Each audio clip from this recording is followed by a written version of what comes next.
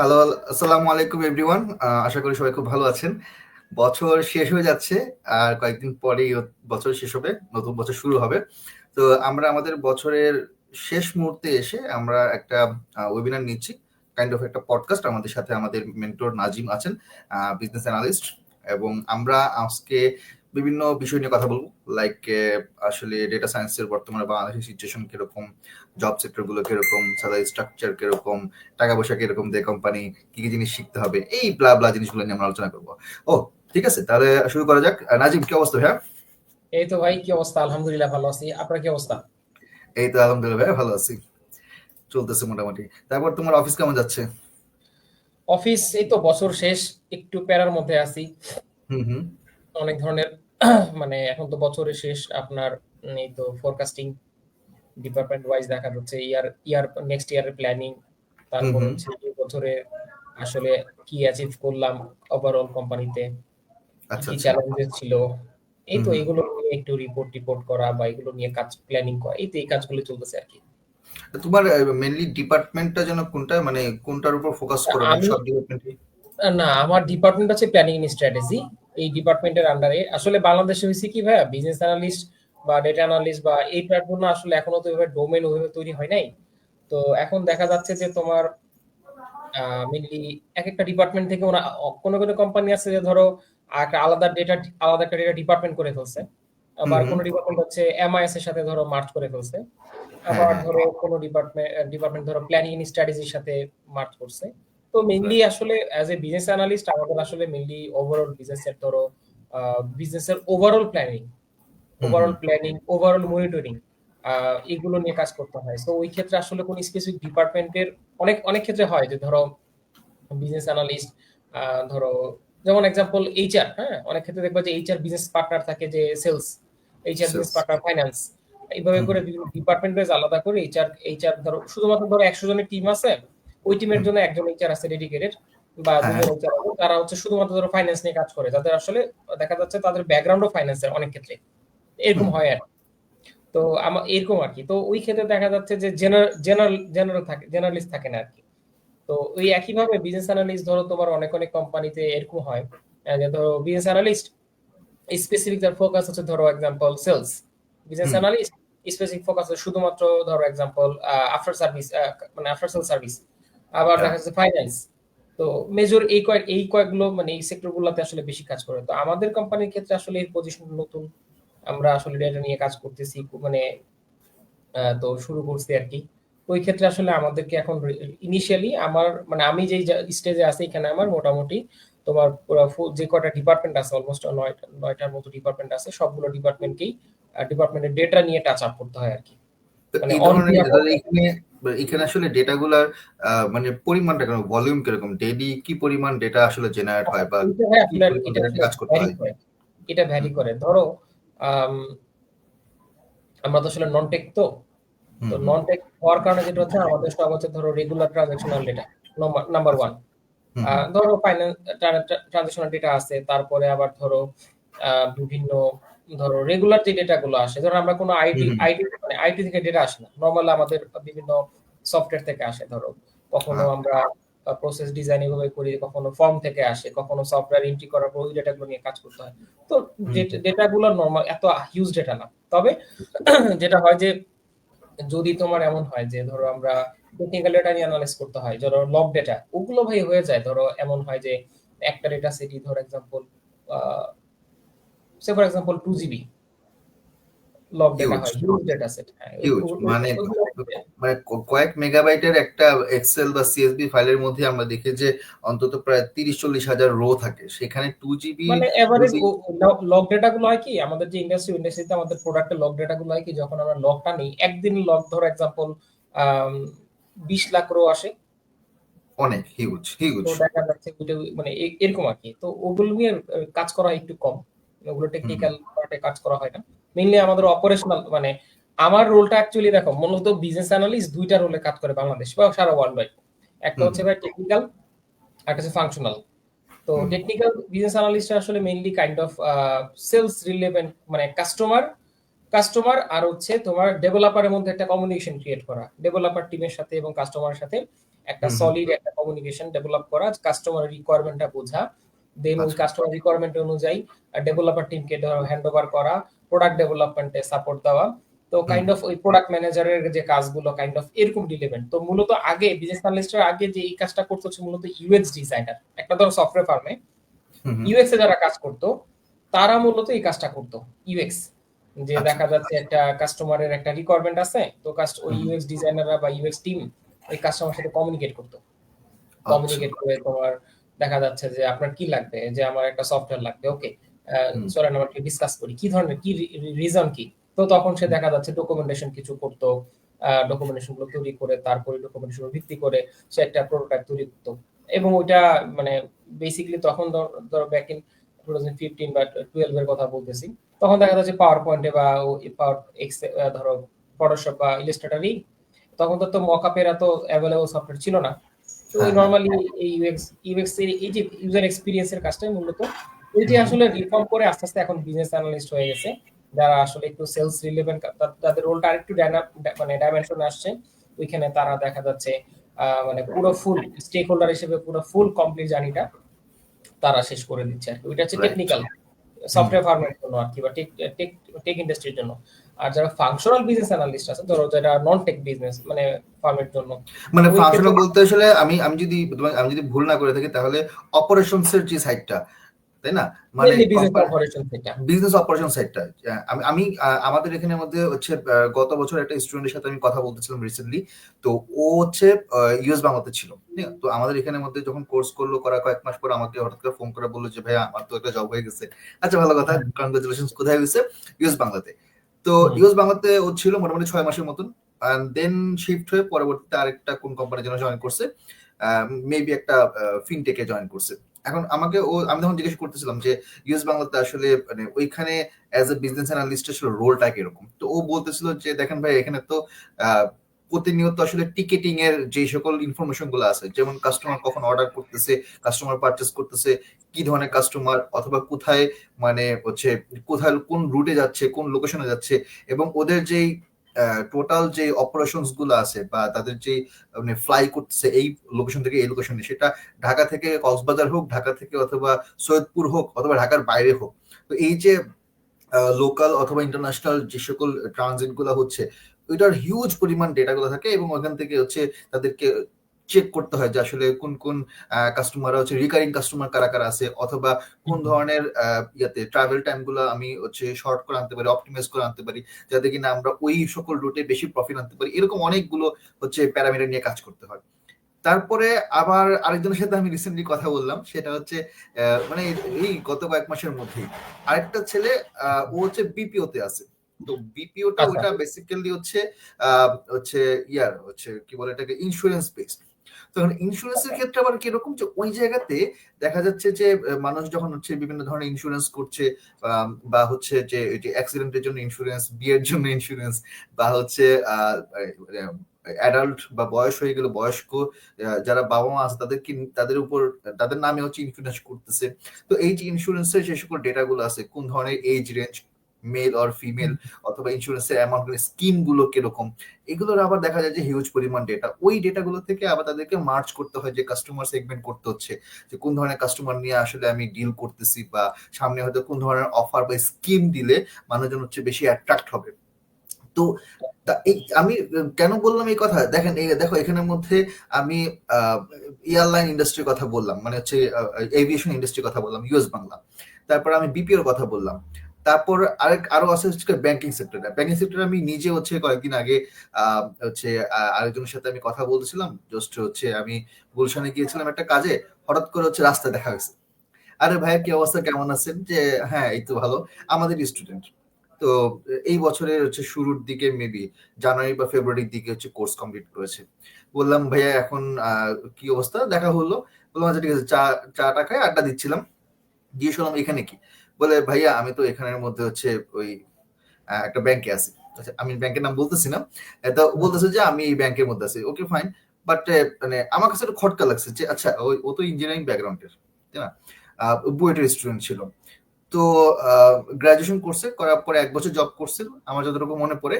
তো এখন ব্যাংকে ঢুকছে। এখন যে কি মিয়া হচ্ছে, মানে সুহাসের মতো অবস্থা হয়ে গেল না, মানে ইঞ্জিনিয়ারিং করলা তারপর এখন এমবিএ করে আবার ব্যাংকে ঢুকতেছে। বলে না আচ্ছা ভাই, আচ্ছা। আসলে বিষয়টা হচ্ছে এরকম যে আপনাদের এখানে কোর্স করার পর দেন আমি হচ্ছে কয়েকটা জায়গায় সার্চ করতেছিলাম, দেখলাম যে হচ্ছে এই ব্যাংকের মধ্যে ওরা ডেটা অ্যানালিস্ট নিচ্ছে। আমি অ্যাপ্লাই করলাম, তো আমার এখানে আর কি জবটা হয়েছে এন্ট্রি পজিশনে, বাট এখন হয়তো সামনে এটা ওরা আবার আমার স্যালারিটা রিনেগোশিয়েট করবো ওইভাবে কথা হয়েছিল। তো আমি বললাম যে আচ্ছা ঠিক আছে, ভালো কথা, তাহলে এখন ব্যাংকিং সেক্টরে তুমি কি করতেছো? বলে ভাইয়া ব্যাংকের তো আপনি বুঝতেছেন যে প্রতিনিয়ত আমার এখানের মধ্যে ট্রানজেকশন হচ্ছে। এখন কেউ টাকা জমা দেয়, কেউ টাকা তুলে, আবার এখানের মধ্যে কেউ কোন একটা ডিপিএস খুলতেছে, কেউ হচ্ছে ডিপিএস তুলতেছে, বা আমার হচ্ছে গিয়ে বাংলাদেশ ব্যাংকের সাথে বিভিন্ন অন্যান্য ব্যাংকের ট্রানজেকশন হচ্ছে রেগুলার বেসিসে। মানে আমি হচ্ছে যে ব্যাংকে আছি এই ব্যাংকের থ্রুতে আরেকজন হয়তো ডাচ বাংলায় পেমেন্ট করতেছে, অথবা হয়তো ইউসিবি তে পেমেন্ট করতেছে, ওই পেমেন্টও আসতেছে। তো এই যে ইন ব্যাংকের ওই ব্যাংকের ওই ব্রাঞ্চের সাথে অন্যান্য ব্রাঞ্চও আছে, তার পাশাপাশি দেখা যাচ্ছে যে অন্যান্য ব্যাংকে ট্রানজাকশন আসতেছে। তো এই যে প্রতিদিন যে পরিমাণ লগ যেটা জমা হচ্ছে, এই ডেটাগুলো মানে হিমশিম খাওয়ার মতো অবস্থা। এবং ওখানে মধ্যে ও বলতেছে যে মানে মেনলি এই কাজটা আগে করতে হচ্ছে আইটি টিম, কারণ আইটি টিম হচ্ছে একা হ্যান্ডেল করতে পারছে না, কারণ আইটি টিমের আসলে ওই মানে কি বলে যে স্ট্যাটিস্টিক অ্যানালাইসিস অথবা হচ্ছে ডেটা ভিজুয়ালাইজেশন করার জন্য বা এগুলোর যে অ্যানালাইসিস করার নলেজ আসলে ওরকম ঠিক নাই। তো ওরা পারতেছিল না দেখে পরে হচ্ছে ওরা 2 জন 3 জন করে নিল। নেওয়ার পর এখন ব্যাংকে হচ্ছে ওদের নিজস্ব একটা আলাদা টিমই হয়ে গেছে, যে ওকে ফাইন, ওই সার্ভার থেকে আইটি থেকে ওদেরকে একটা অ্যাক্সেস দিয়েছে, মডারেটর বা কি একটা অ্যাক্সেস দিল, দেওয়ার পর বললো যে ওকে ঠিক আছে, তাহলে হচ্ছে তোমরা এখান থেকে আমাকে এইভাবে বের করে দাও। ব্যাংকের ম্যানেজারের সাথে প্রতিদিন সকালবেলা যায়, ব্যাংকের ম্যানেজার বলে আজকে আমার এইভাবে লাগবে, সন্ধ্যার মধ্যে তাকে আমার রিপোর্ট দিতে হবে। এই হচ্ছে তার কাজ। সো আমি দেখলাম যে বাংলাদেশে যদি আমি চিন্তা করি আজ থেকে 3-4 বছর আগের কথা যদি বলি, মানুষজন আসলে ওই ডেটা সায়েন্স বা ডেটা সায়েন্সের জব সম্পর্কে মানুষজন আসলে ওই জিনিসটা বুঝতোই না। এবং সবচেয়ে ফানি ব্যাপার হচ্ছে যে কেউ কেউ মনে করতো যে ডেটা সায়েন্স মানে হচ্ছে ডেটা এন্ট্রির কাজ। হ্যাঁ, ভেরি শুরুতে ফানি। ধরো আজ শুরুতে থেকে কিন্তু এটা পাঁচ মনে সাত করতো। বছর আগের কথা, তখন তো এরকমই মনে করতো। হ্যাঁ, এখন ডেটা সায়েন্স যে একটা হিউজ পরিমাণ একটা জায়গা, এবং এটার যে অ্যাপ্লিকেশন যে একটা মানে এতগুলো ডোমেইনে হিউজ পরিমাণ ডোমেইনসে যে আছে, মানে এটা এভিয়েশন সেক্টর থেকে শুরু করে industry sector, manufacturing sector, service industry, banking sector, বা এই যে বললাম এটা বিপিও। তো এরকম কোনো জায়গা নেই যেখানে হচ্ছে না। এখন বিষয়টা হচ্ছে কি যে বাংলাদেশের এইচআর ডিপার্টমেন্ট বলি অথবা হায়ার ডিপার্টমেন্ট বা হায়ার ম্যানেজমেন্টের কথা যদি বলি, যে তারা অ্যাকচুয়াল ডেটা সায়েন্সের যে পোটেনশিয়াল, আমি এখানের মধ্যে ওই যে ইউজার বা মানে যে অ্যাকচুয়ালি একজন এমপ্লয়ি অথবা যে ক্যান্ডিডেট, আমি তার পোটেনশিয়ালের কথা বলছি না, আমি কথা বলছি যে এই সেক্টরটা যে পোটেনশিয়াল, এই পোটেনশিয়ালটা অনেকে ধরতে পারে না। এবং যারা ধরতে পারছে, যারা অ্যাকচুয়ালি বুঝতে পারছে, তারা দেখা যাচ্ছে যে তাদের ডিপার্টমেন্ট দ্রুত খোলার চেষ্টা করতেছে। কারণ বিষয়টা হচ্ছে যে মানে অনেস্টলি স্পিকিং, যে কোনো ধরনের প্রতিষ্ঠানেরই একটা ওয়েবসাইট আছে অথবা ওদের অনলাইন ট্রানজাকশন হচ্ছে, একজন ইউজার লগ ইন করতেছে, একটা প্রোডাক্ট কিনতেছে, ই কমার্সের কথা যদি বলি, ওই প্রোডাক্টটা সে চেক আউট করতেছে, কিনতেছে, অথবা ওইটাকে সে লাইক দিচ্ছে, অথবা এটা শেয়ার করতেছে ফেসবুকের থ্রুতে, ওয়েবসাইটের থ্রুতে। সো আমরা কিন্তু প্রত্যেকটা দিন যে পরিমাণ ডেটা জেনারেট করতেছি, আমরা নিজেরাই কিন্তু জেনারেট করতেছি। আমরা ফেসবুক ইউজ না করলে কিন্তু জেনারেট হতো না, আমরা ওয়েবসাইট ইউজ না করলে কিন্তু ডেটা জেনারেট হতো না, আমরা নিজেরাই করতেছি। এখন করতে গিয়ে যেটা হয়েছে যে একটা জায়গায় তো ডেটা জমা হচ্ছে, এখন এই ডেটা হচ্ছে সম্পূর্ণ র ফরম্যাটে আছে, এবং এই র ফরম্যাট থেকে ডেটাগুলোকে ক্লিন করতে হবে, ডেটাগুলোকে অ্যারেঞ্জ করতে হবে, ডেটাগুলোকে ম্যানেজ করতে হবে, ডেটাগুলোকে সেপারেট করতে হবে, হাবি জাবি অনেক কিছু করার পরে ডেটাগুলোকে ওখান থেকে ইনসাইট বের করে ভিজুয়ালাইজ করে রিপোর্ট তৈরি করে তার বসকে দেখাইতে হবে। এখন তার বস বলবে যে আমার রিপোর্ট কই, তাই আমাকে সারাদিন ধরে কাজ করে ওই রিপোর্ট বের করে নিয়ে আসতে হচ্ছে। তো এখন ব্যাপারটা হচ্ছে জানি যে ভাই। জিনিসগুলো, হ্যাঁ, হ্যাঁ বলো। হ্যাঁ, মানে হ্যাঁ বলো, আমি তোমার একটা এখানে একটা ইন্টারাপ্ট করবো আর কি, তোমার একটা এক্সাম্পল দিই। আচ্ছা। মানে আমার একটা ব্যাপারটা হচ্ছে, ধরো এক্সাম্পল, আমার ওই যে জাহাঙ্গীরনগরে আমাদের কয়েকজন ফ্রেন্ড ছিল, হুম মানে হুম, এখন তো মানে ফাইজুল ভাই, মেহেদী ভাই, ওনারা ছিল। ওনারা হুম কিন্তু হুম, এইচআর ছিল, ওনারা কিন্তু ডেটা সায়েন্স নিয়ে পড়াশোনা করছে। হ্যাঁ। তো ওনাদের পার্সপেক্টিভ কি ছিল, যে ওনাদের পার্সপেক্টিভ ছিল খুবই স্মার্ট। এটা খুব ভালো লাগছে যে ভাই আমরা তো এইচআর, আমাদের কাছে টুরে টুমোরে বিভিন্ন ডিপার্টমেন্টের ডেটা নিয়ে কোয়েরি আসে, কাজ আসে। তো আসলে কোন জায়গাটায় কি ধরনের লোক লাগবে, কোন মানে ডোমেনের লোক লাগবে, তার কি হবে, এজ এ এইচআর যদি আমি এটাকে টু দা পয়েন্টে ডিফাইন করতে না পারি, হুম হুম, তাহলে কিন্তু আসলে এন্ড অফ দ্য ডে আমার জব রোলটার মিনিংফুল হচ্ছে না। ওই রাইট। পার্সপেক্টিভ ওরা কিন্তু ডেটা সায়েন্সের কোর্স করতে গেছে, রাইট? আবার ট্রু। আরেকটা জিনিস হচ্ছে তুমি প্র্যাকটিক্যালি যেটা হয় মানে এখন ডে টু ডে কোম্পানিতে কি হয়, ধরো আমি সেলস ডিপার্টমেন্টের কথা ধরি। হ্যাঁ। ধরো সেলস এর একটা যদি স্ট্রাকচার চিন্তা করো, সেলস ম্যানেজার থাকে, তার আন্ডারে ধরো এরিয়া ম্যানেজার থাকে, তার আন্ডারে ধরো টেরিটরি অফিসার থাকে, তারপরে হচ্ছে ফিল্ডের এমপ্লয়ি থাকে। এক্সাম্পল ধরো এইটা হায়ারার্কি, কমন একটা হায়ারার্কি। তো এখন কি হচ্ছে, সেলস ম্যানেজার মানে এখন এই যে আজকে সারাদিনে বা সেলস এর তো একটা প্রতিক্রিয়া, যে কোনো কোম্পানির একটা বাৎসরিক টার্গেট থাকে, ধরো 1000 ইউনিট সেল করতে হবে। তো টিম কয়টা, ধরো দুইটা টিম, তাহলে দুইটা ডিভিশন, ঢাকার ধরো ঢাকার বা বাংলাদেশের অর্ধেক একটা টিম দেখে, বাংলাদেশের অর্ধেক একটা টিম দেখে। তাহলে এই দুইটা টিমের বছরের শুরুতে কি করে, সেলস ডিপার্টমেন্টের হেড এবং ম্যানেজমেন্টের সাথে কথা বলে একটা টার্গেট সেট করে, যেটাকে আমরা বলতেছি কেপিআই সেট করে। হ্যাঁ, কেপিআই সেট যে করে। আমরা আমরা সারা বছর এত পরিমাণ সেল করব, তার এগেইনস্টে এত টাকা রেভিনিউ আনবো। গেল বেসিক থাম রুল। মালিক পক্ষ কিন্তু এই জিনিসটা জানতে চায়, কি পরিমাণ হ্যাঁ। সেল করলাম, কি পরিমাণ রেভিনিউ হলো, আমার আমার প্রফিট কি হলো। আচ্ছা, এরপরে অ্যাডিশনাল আরো কিছু ইম্প্যাক্ট থাকে, যে আমি এখন এই সেলস যে করব এর সাথে আনুষঙ্গিক কিছু বিষয় থাকে। একটা সেল করার জন্য দেখা যাচ্ছে তোমার নির্দিষ্ট একটা পরিমাণ অ্যামাউন্ট অফ কাস্টমার লাগে, ওই কাস্টমারকে রিচ করা লাগে, ওই কাস্টমার থেকে ধরো 10টা কাস্টমার ধরো তোমার মানে প্রোডাক্ট বা তোমার সার্ভিসকে দেখলো, তুমি 100 জনের কাছে তুমি নক করতেছো এবং 10 জন ইন্টারেস্ট শো করতেছে, ওইখান থেকে 5 জন আসলো, তুমি দুইজনের সাথে কথা বললে তুমি একজনকে তুমি কনভার্ট করতে পারলা। তো তখন কি হচ্ছে যে তোমার এই যে তার মানে তোমার বছরে 1000 সেল করতে হলে তাহলে তোমাকে 10,000টা কাস্টমার রিচ করতে হবে ট্রু। নরমালি। এই এই জিনিসগুলো আমরা কি করি, বছরের শুরুতে সেট করি। সেট করার পর এখন বছরের শুরু থেকে মানে বছরের শুরু থেকে প্রতি মাসে প্রতি সপ্তাহে এটাকে টার্গেটটা কনভার্ট করে ফেলি, যে কি অবস্থা, কতগুলো কাস্টমার রিচ করার কথা ছিল, ছোট ছোট পার্টে ভাগ করা হয়, তাই না? মান্থলি বেসিসে বা হচ্ছে উইকলি বেসিসে টার্গেট ভাগ করা হয়। ওর মধ্যে কার কতগুলো ধরো কাস্টমারের সাথে সেটেলমেন্ট করার কথা ছিল, ফিজিক্যাল কাস্টমার সাথে যে মিটিং করার কথা ছিল, বা কাস্টমারকে পিচ করার কথা ছিল, বা কতগুলো ধরো ক্যাম্পিং করার কথা ছিল, কতগুলো ইভেন্ট আমার অর্গানাইজ করার কথা ছিল, এটা একটা টার্গেট শুরু থেকে সেট করে ফেলে। এই টার্গেটিংটা সেট করার ক্ষেত্রে সাধারণত যারা কাজ করে এখনকার জামানায়, তাদেরকে আমরা সাধারণত বিজনেস অ্যানালিস্ট বলে থাকি। নাম্বার ওয়ান, এই যে বছরের শুরু যে টার্গেটটা, আচ্ছা ওইটা ডিপার্টমেন্ট হেডও করতে পারে, কোনো সমস্যা নাই, কিন্তু এটা টোটাল ওয়েতে করে একটা ডেটাবেস মেনটেন করে সিম্পল একটা ফরম্যাট রাখলা এক্সেলে বা কোথাও একটা, তুমি সিম্পল, আমি এক্সেলের কথা চিন্তা করি কারণ কমনলি আমরা এক্সেল ইউজ করি, তো আমরা এক্সেলে একটা ফরম্যাট আমরা লিখে রাখলাম। এই যে ডাটাটা রাখলাম এটা কিন্তু প্রিন্ট করে সবাইকে দিয়ে দিলাম, এটা কিন্তু ভাই আমার একটা নরমাল স্ট্যাটিক ডাটা, রাইট? আচ্ছা, এখন কি হচ্ছে যে আজকের দিন এক সপ্তাহ হয়ে গেল, মালিক পক্ষের বা সেলস ম্যানেজারের প্রশ্ন থাকতে পারে, এই আজকে আমার সারা মানে আমার এক সপ্তাহ হলো, আমার এই এই সপ্তাহে কত পার্সেন্ট আমি অ্যাচিভ করলাম, এটা কোশ্চেন থাকতেই পারে। তখন কি করে দেয়, তখন দেখা যাচ্ছে বলতে, এখন এটা যদি সেলস ম্যানেজারকে প্রেশারাইজ করায় তোমার ডিপার্টমেন্টে তুমি এটা দাও সেটা দাও, তো নরমালি কি হয়, তো দেখা যাচ্ছে তার যে জব রোলটার পাশাপাশি এই কাজটা তার জন্য করাটা কিছুটা হলো ডিফিকাল্ট, যে সে কি তার কাস্টমারকে সার্ভ করবে, তার টিমের সাথে সাপোর্ট দিবে, না রিপোর্টিং করবে। তো দেখা যাচ্ছে বাংলাদেশের প্রেক্ষাপটে অন্যান্য জায়গায় এই সেলস ম্যানেজাররা এই সেলসেরই রিপোর্টিং করতে করতে তাদের কোর জবটা অনেক ক্ষেত্রে ওরা করতে পারে না। এটা একটা, আমি অনেকের সাথে কথা বলছি, তাদের একটা কমন কথা যে ভাই হ্যাঁ, ওটা আমরা প্রেশার হয়ে যায়। মানে সে কি হচ্ছে কোম্পানির ভিতরের এই সকল ফাইল, এই সকল ডেটা নিয়ে সে রিপোর্টিং করবে, নাকি হচ্ছে কোম্পানির বাইরে, যেহেতু সে সেলস এর লোক, সুতরাং বাইরে রাইট তাকে হচ্ছে এটাতে টাইম দিতে হবে, কাস্টমারের সাথে ডিল করতে হবে, কথা বলতে হবে। ডিল করতে এগুলো হবে। তো একসাথে করার জন্য খুব আবার ডিফিকাল্ট হয়ে দেখা যায়। যাচ্ছে সেলস এর মধ্যে তাদের আবার ডেটা অ্যানালিসিস করার যে ক্যাপাসিটি অনেক সময় নাও থাকতে পারে। ফাইন্যান্সিয়াল ইমপ্যাক্ট কত পড়লো, কি পরিমাণ রেভিনিউ আসলো, কতটুকু ইয়ে হলো, ম্যানেজমেন্ট কিন্তু এগুলো জানতে চায়।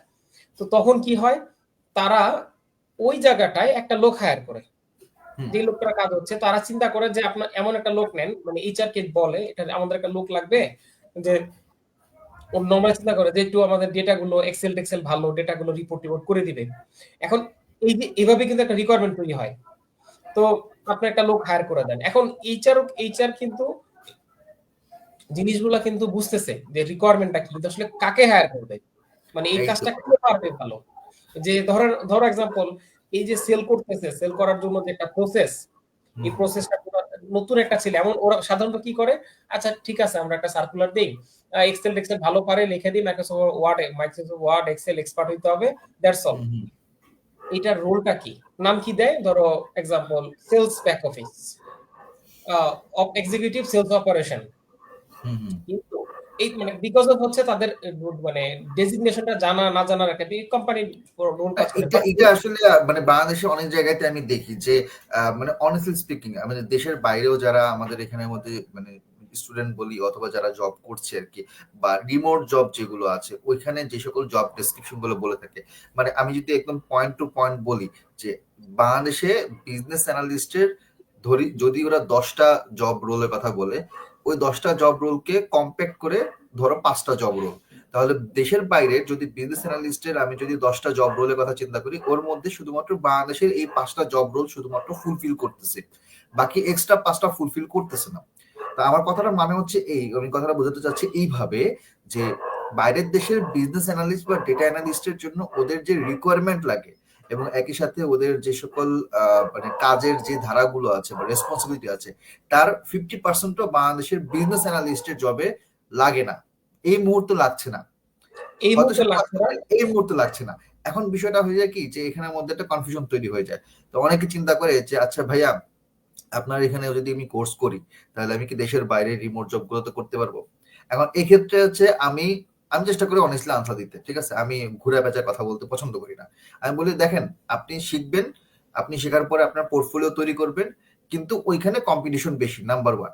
নাম্বার টু হচ্ছে যে ওইখানকার যে কাজের ধারা তারা বাংলাদেশের যে রেসপন্সিবিলিটি যে সকল প্রসিডিউর গুলো আছে দুইটার মধ্যে ম্যাচ করবে না, অনেক ক্ষেত্রে ম্যাচ করে না, হয়তো 50 বা 60% ম্যাচ করতে পারে।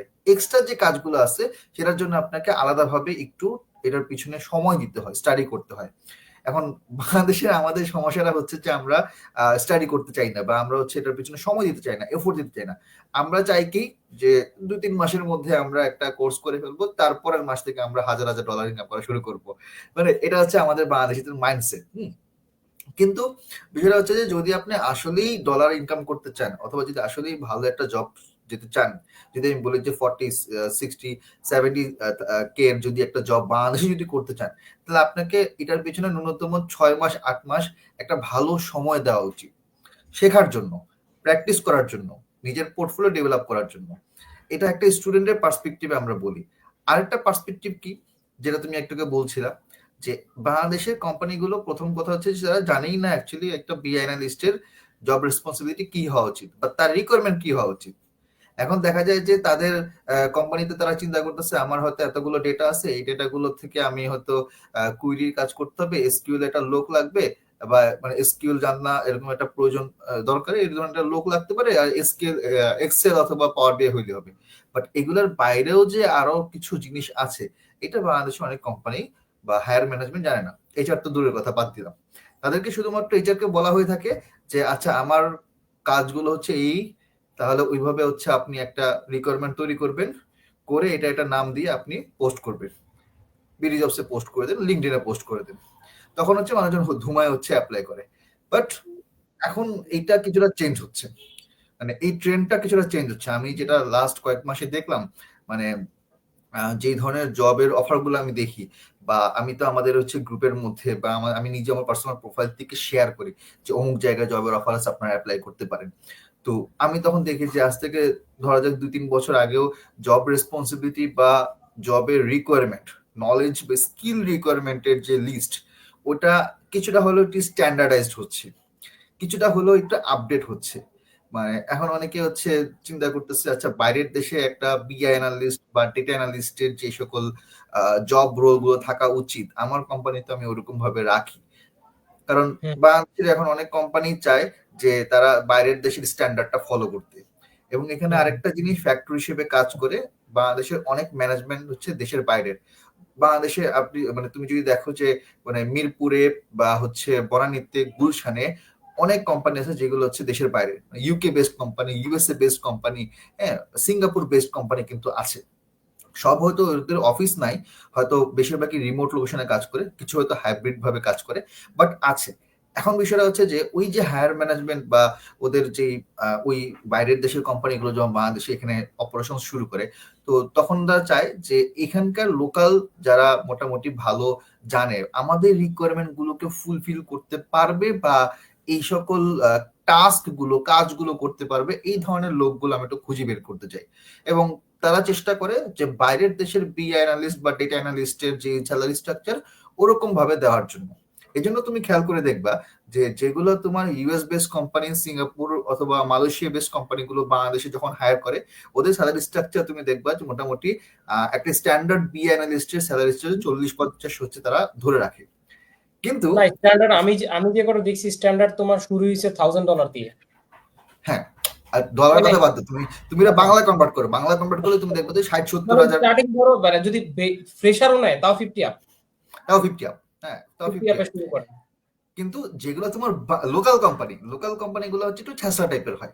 ওরা সবসময় চায় যে আমি কম টাকা দিয়ে লোক নিয়ে তাকে দিয়ে ম্যাক্সিমাম আউটপুট বের করাবো, তাই না? এটা হচ্ছে আমাদের লোকাল মানে কোম্পানিগুলোর। গর্জিয়াস চাই আর কি। হ্যাঁ, সিম্পলের মধ্যে গর্জিয়াস চায়। তারা চায় যে আচ্ছা আমি এমন একটা লোক নিব যে আমাকে এ টু জেড সব কাজ করে দিবে। এক্সেল, পাওয়ার বিআই, এসকিউএল, ট্যাবলিউ, পাইথন, স্ট্যাটিস্টিক্যাল অ্যানালাইসিস, আরো যা যা হাবিজাবি আছে সব রিকোয়ারমেন্ট দিব। না, টাকা প্লাস দিব। আইটির কাজও করবে নরমালি ওরা, নরমালি প্লাস আইটির কাজও করবে, হ্যাঁ এটাও আছে, প্লাস এটা আইটির কাজও করবে। হয় আর কি। টাকা দিবে 20,000 টাকা। এখন তাতে অনেকে হয়ে যায় ডিমোটিভেটেড। এটা কি ধরনের ব্যাপার? আমার এতগুলো জিনিস তোমার লাগবে, এত জিনিস চাচ্ছ, আমি আসি এতগুলো জিনিস দেওয়ার জন্য অ্যাজ এ ক্যান্ডিডেট হিসেবে, তা আমাকে কেন 20,000 টাকা দিবা?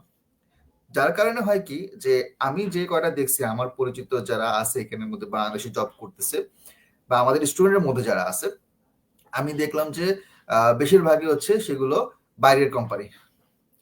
কেন? হ্যাঁ, কারণ তারা চিন্তা করতেছে যে তারা বলতেছে যে ভাইয়া সেম জিনিস, মানে আমার সেম স্কিল, সেম রেসপন্সিবিলিটি, কাছাকাছি 80-90% রেসপন্সিবিলিটি ম্যাচ করে কোম্পানির রিকোয়ারমেন্ট।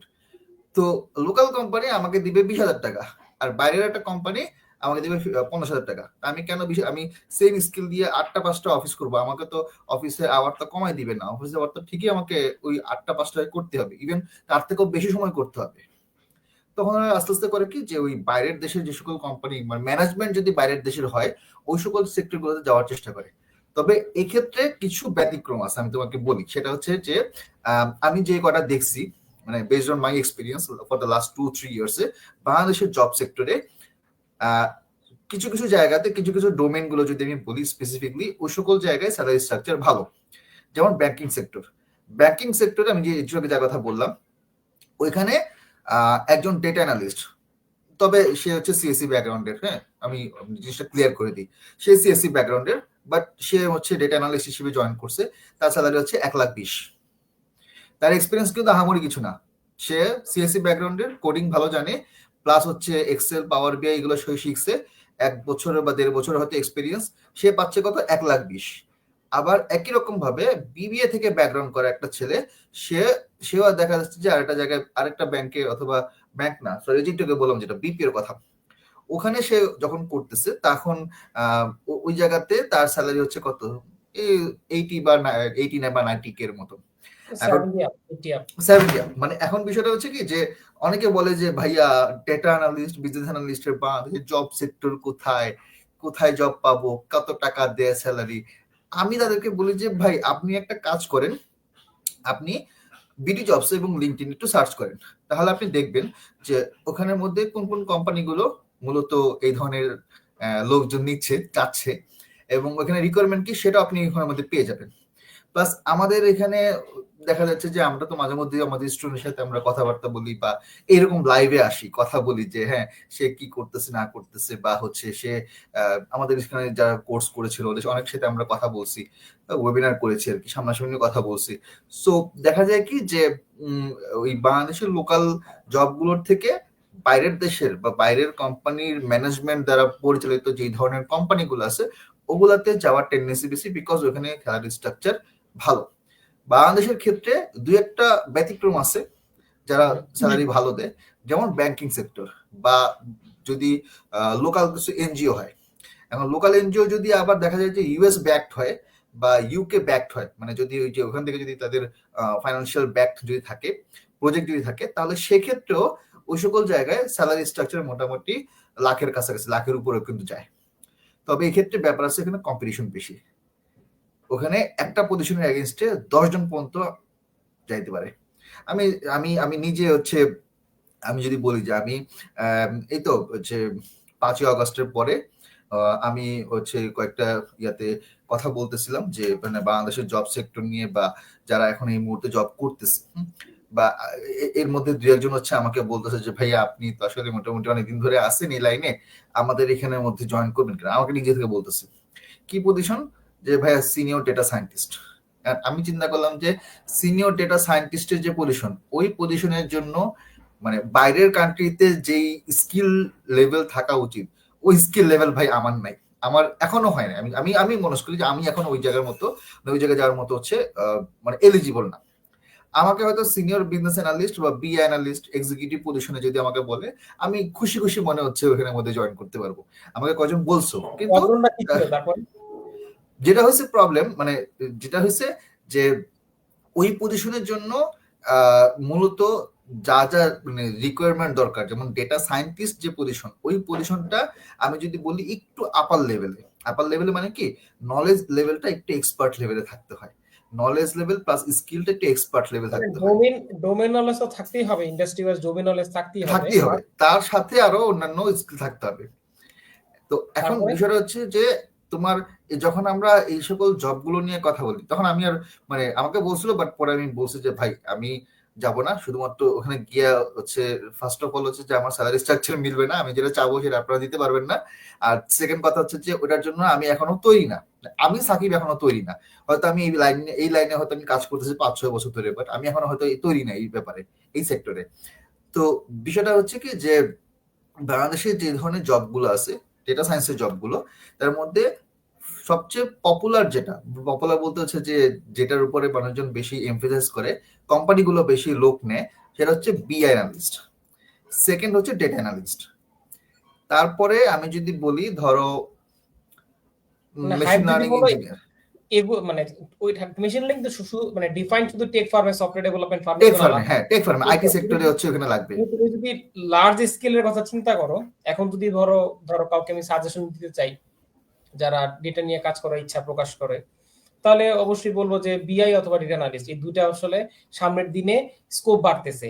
আরেকটা হুম তোমার হুম একটা মানে আমি একটা মানে একটা রিলেভেন্ট একটা এক্সাম্পল বলি, যেটা হচ্ছে ভাই দেখো, এখন কোম্পানিগুলোতে হয় কি, মানে জবের ক্ষেত্রে সমস্যা হচ্ছে তোমার মিড লেভেল, এন্ট্রি লেভেলের লোক অ্যাভেলেবেল, হুম। হ্যাঁ, কিন্তু উম, আবার দেখা যাচ্ছে তোমার মিড লেভেলের এক্সপার্ট লোক নাই, নাই। বা এন্ট্রি লেভেলেও ডোমেন নলেজ, ধরো ডোমেন নলেজ জানলো, কিন্তু টু দা পয়েন্টে যেই ধরনের আহ, তোমার স্কিল সেটা দরকার, ওই স্কিল সেটা আসলে আমরা আসলে হয় কি ভাই, আমাদের একাডেমি, আমরা বাংলাদেশের মানে স্ট্যান্ডার্ড অনুযায়ী আমরা যে ধরনের একাডেমি মানে একাডেমিক্যাল মানে ধরো ব্যাকগ্রাউন্ড নিয়ে আসি, জব লাইফে এসে পুরো একটা ডিফারেন্ট ইয়েতে পড়ে যাই, হুম। আসলে ম্যাচ করে না। তো না। আসলে এই জন্য আমার কাছে যেটা মনে হয় যে যারা জবের জন্য এখন ইয়ে করতেছে, তাদের আমার কাছে মনে হয় ফ্রি হলেও বিভিন্ন কোম্পানিতে ইন্টার্নশিপের জন্য অফার দেওয়া। ভাই আমি দেখেন যে বলুক যে ভাই আমার মাত্র গ্রাজুয়েশন শেষ হয়েছে, আমি এখন জব ফুল টাইম জব খুঁজতেছি না, বাট আমি আপনার কোম্পানিতে 3 মাস ফ্রি কাজ করতে চাই, আপনি আপনার সেলস ডিপার্টমেন্ট বা অন্য ডিপার্টমেন্টে আমাকে সুযোগ দেন। এক্সাম্পল হুম হুম হুম হুম যে আমার এই 10টা স্কিল সেট আছে, আমি একটা হুম যে কোনো ডেটা সেটকে সুন্দর করে ভিজুয়ালাইজ করতে পারি, আমি ইনসাইট বের করতে পারি, আমি ডিসক্রিপটিভ অ্যানালাইসিস করতে পারি। মানে সহজ কথা, যে ধরো ডেটা সায়েন্সের যেই সিঁড়িটা, সিঁড়ির যে প্রথম ধাপটা হচ্ছে এমআইএস। এমএস। পরের ধাপটা কি?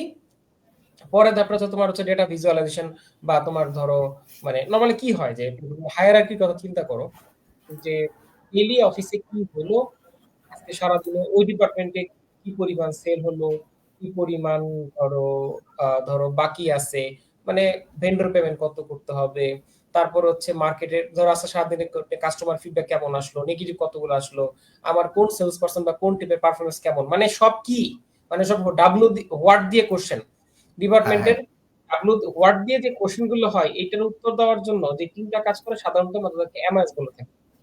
হুম হুম।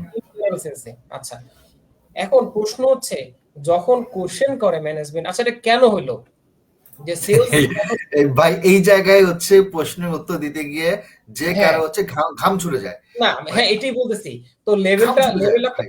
লেভেল আপটা যেটা হয়, যে ওই যে যে ফ্রেশার ছেলেটা কাজ করতেছে কি হচ্ছে সে বলতে পারতেছে ডেটা দেখে, কিন্তু কেন হলো, ওইটা বের করার জন্য এই যে কাজটা করা যে ঠিক আছে ওকে স্যার কেন হয়েছে আমি একটু জানাই যে গত 3 মাস ধরে আমার সেলটা এই কারণে ফল ডাউন করছে বিকজ অফ ওই টেরিটরিতে এই প্রোডাক্টের ধরো এক্সাম্পল আমি একটা প্রোডাক্ট নিয়ে কাজ করি যে প্রোডাক্টটা ধরো এক্সাম্পল এই মুহূর্তে ধরো এমন জায়গায় থেকে আসতেছে র মেটেরিয়ালটা আসতেছে না বা হ্যাঁ ওই এরিয়ার কোনো ইকোনমিক্যাল মার্কেটের ধরো পলিটিক্যাল অবস্থা ভালো না তো বলতে পারো যে গত 1 হতে মাস পারে। ধরে এই অবস্থা ছিল এই কন্ডিশনের স্যার মার্কেট সিচুয়েশন এই প্লাস আমার 3টা সেলস টিম মানে সেলস টিম যারা কোর রোলে কাজ করতো তার মধ্যে 3 জনের এই ইস্যু তারা নাই এই কয়েকটা সামারি বলা এই যে অ্যান্সারটা দেওয়া এটাকে তখন বলা হচ্ছে ভাই ডিটেকটিভ অ্যানালাইসিস হ্যাঁ মানে আমি এতক্ষণ করলাম কি কি হয়েছে জাস্ট আমার সারাদিনে কি হলো মানে গতকাল কি হলো ওইটাকে আমরা বলতেছি বা ডিসক্রিপটিভ অ্যানালাইসিস ডেসক্রিপটিভ অ্যানালাইসিস।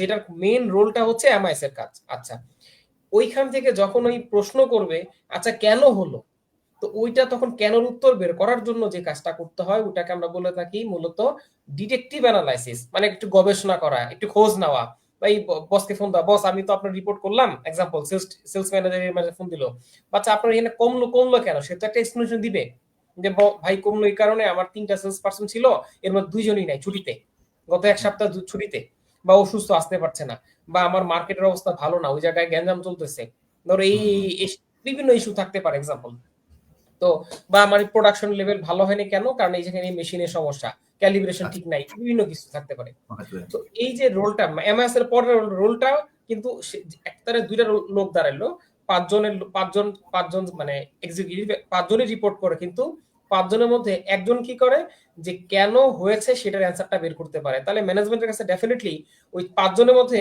ওই একজন কিন্তু বেশি গুরুত্ব পাবে কারণ ম্যানেজমেন্টের কেন উত্তরটা সে একটু ডিফাইনলি দিতে পারতেছে রাইট আচ্ছা ম্যানেজমেন্ট কিন্তু মানে আমি একটু ইন্টারাপ্ট করি, ম্যানেজমেন্ট কিন্তু তোমাকে কখনো জিজ্ঞাসা করবে না বা তোমার কাছে জানতে চাবে না যে তুমি একটা অ্যানালাইসিস কিভাবে করছো, তুমি এই ভ্যালুগুলো কিভাবে আনছো, কোন ফর্মুলা ইউজ করছো, ওগুলো কেউ কোন জিজ্ঞাসা করবে ফাংশন না এগুলা জীবনে কিছু মানুষজন হচ্ছে মানে এটা মানুষের ভুল ধারণা। হ্যাঁ যে মনে মানে করে যে সবাই না যে এভাবে ইউজ করে, সবাই যে টুলস এটা নিয়ে কাজ জিজ্ঞাসা করবে করে না। ওরা জিজ্ঞাসা জিজ্ঞাসা করবে করে কি আমার রেজাল্ট দাও, ঠিক আছে, ওরা বলবে যে এভাবে হচ্ছে যে ভাই আমাকে রেজাল্ট দাও, আমার এটা কেন হয়েছে, এটা কেন কমলো, এই গ্রাফটা এদিকে কেন নিচে নামলো, আমার প্রশ্ন উত্তর দাও, ইভেন এটা তো পিছনে ইনভেস্টিগেট করো। গ্রাফ নিয়েও জিজ্ঞাসা করে না নরমালি যেটা হয় তাদের সেই সময়টা নাই অনেস্টলি স্পিকিং সময়টা নাই। তারা আসলে ম্যানেজমেন্ট লেভেলে তুমি রিপোর্ট প্রেজেন্ট করবা 10 মিনিট পাবা তাকে মানে মনোযোগ মানে সে তোমার রিপোর্টে 10 মিনিট সময় দিয়ে মনোযোগ সহকারে এটা পাওয়া খুব রেয়ার সো এবং তোমার টাইম তখন থাকে ম্যাক্সিমাম 5 মিনিটস অনেক এক্সাম্পল সময় দেখা যায় যে যারা এটা কাজ করে তারা ফ্রাস্ট্রেট হয়ে যায় যে আমি সারাদিন ঘাটাঘাটি করে আমি এই করে সেই করে আমি একটা রিপোর্ট তৈরি করলাম, 5টা মিনিট দেখলো না আমার রিপোর্ট। এখন ভাই দেখুন বিষয় চিন্তা করো একটা কোম্পানির ওনার তার হচ্ছে ব্যাংকে কোটি কোটি টাকার ডেট বা ব্যাংক থেকে লোন নিচ্ছে বা বিজনেসের অবস্থা আজকে ইকোনমিক্যাল ধরো এমপ্লয়িকে 5 কোটি টাকা প্রতি মাসে স্যালারি দিতে হয় 10 কোটি টাকা স্যালারি দিতে হয় ধরো পোর্টে মাল আটকে আছে বা শিপমেন্ট করতে পারতেছে না মানে মাথার উপর অনেক টেনশন অনেক অনেক প্রেশার, অনেক প্রেশার। স্ট্রাইক করতেছে বা এমপ্লয়িরা কাজ করতেছে না আবার কাস্টমার কাজ স্যাটিসফ্যাকশন লেভেলটাও ফল ডাউন করতেছে এদিক দিয়ে যে রেজাল্ট আছে ধরো তার মানে সেলস ম্যানেজাররা বা ম্যানেজার লেভেলের ডিপার্টমেন্ট হেড লেভেলের যে এক্সপেকটেশন যাচ্ছে তারাও সেটা করতে পারতেছে না একটা মালিক পক্ষের যে কাজ করে মানে আমাদেরকে ওই জায়গাটা চিন্তা করতে হবে তারা কি পরিমাণ একটা লোডে থাকে ওই লোডে থেকে সে যে আমাকে 5 মিনিট সময় দিবে তো এটা কিন্তু আমার জন্য একটা বিশাল সময় দেখার সুযোগ নাই তারা কিন্তু এত ব্যাকগ্রাউন্ডে আমি কত যে কাজ করলাম কি কোয়ারি করলাম না পাইথন দিয়ে করলাম কিছু দেখবে না সিম্পল বলে একটা পারলে প্রিন্ট করে নিয়ে আসেন নাহলে একটা মেল করে দেন কি মেল করবে তুমি যদি একটা লম্বা হিস্ট্রি দাও নিবে না নেবে না। তার কোনো সময় নেই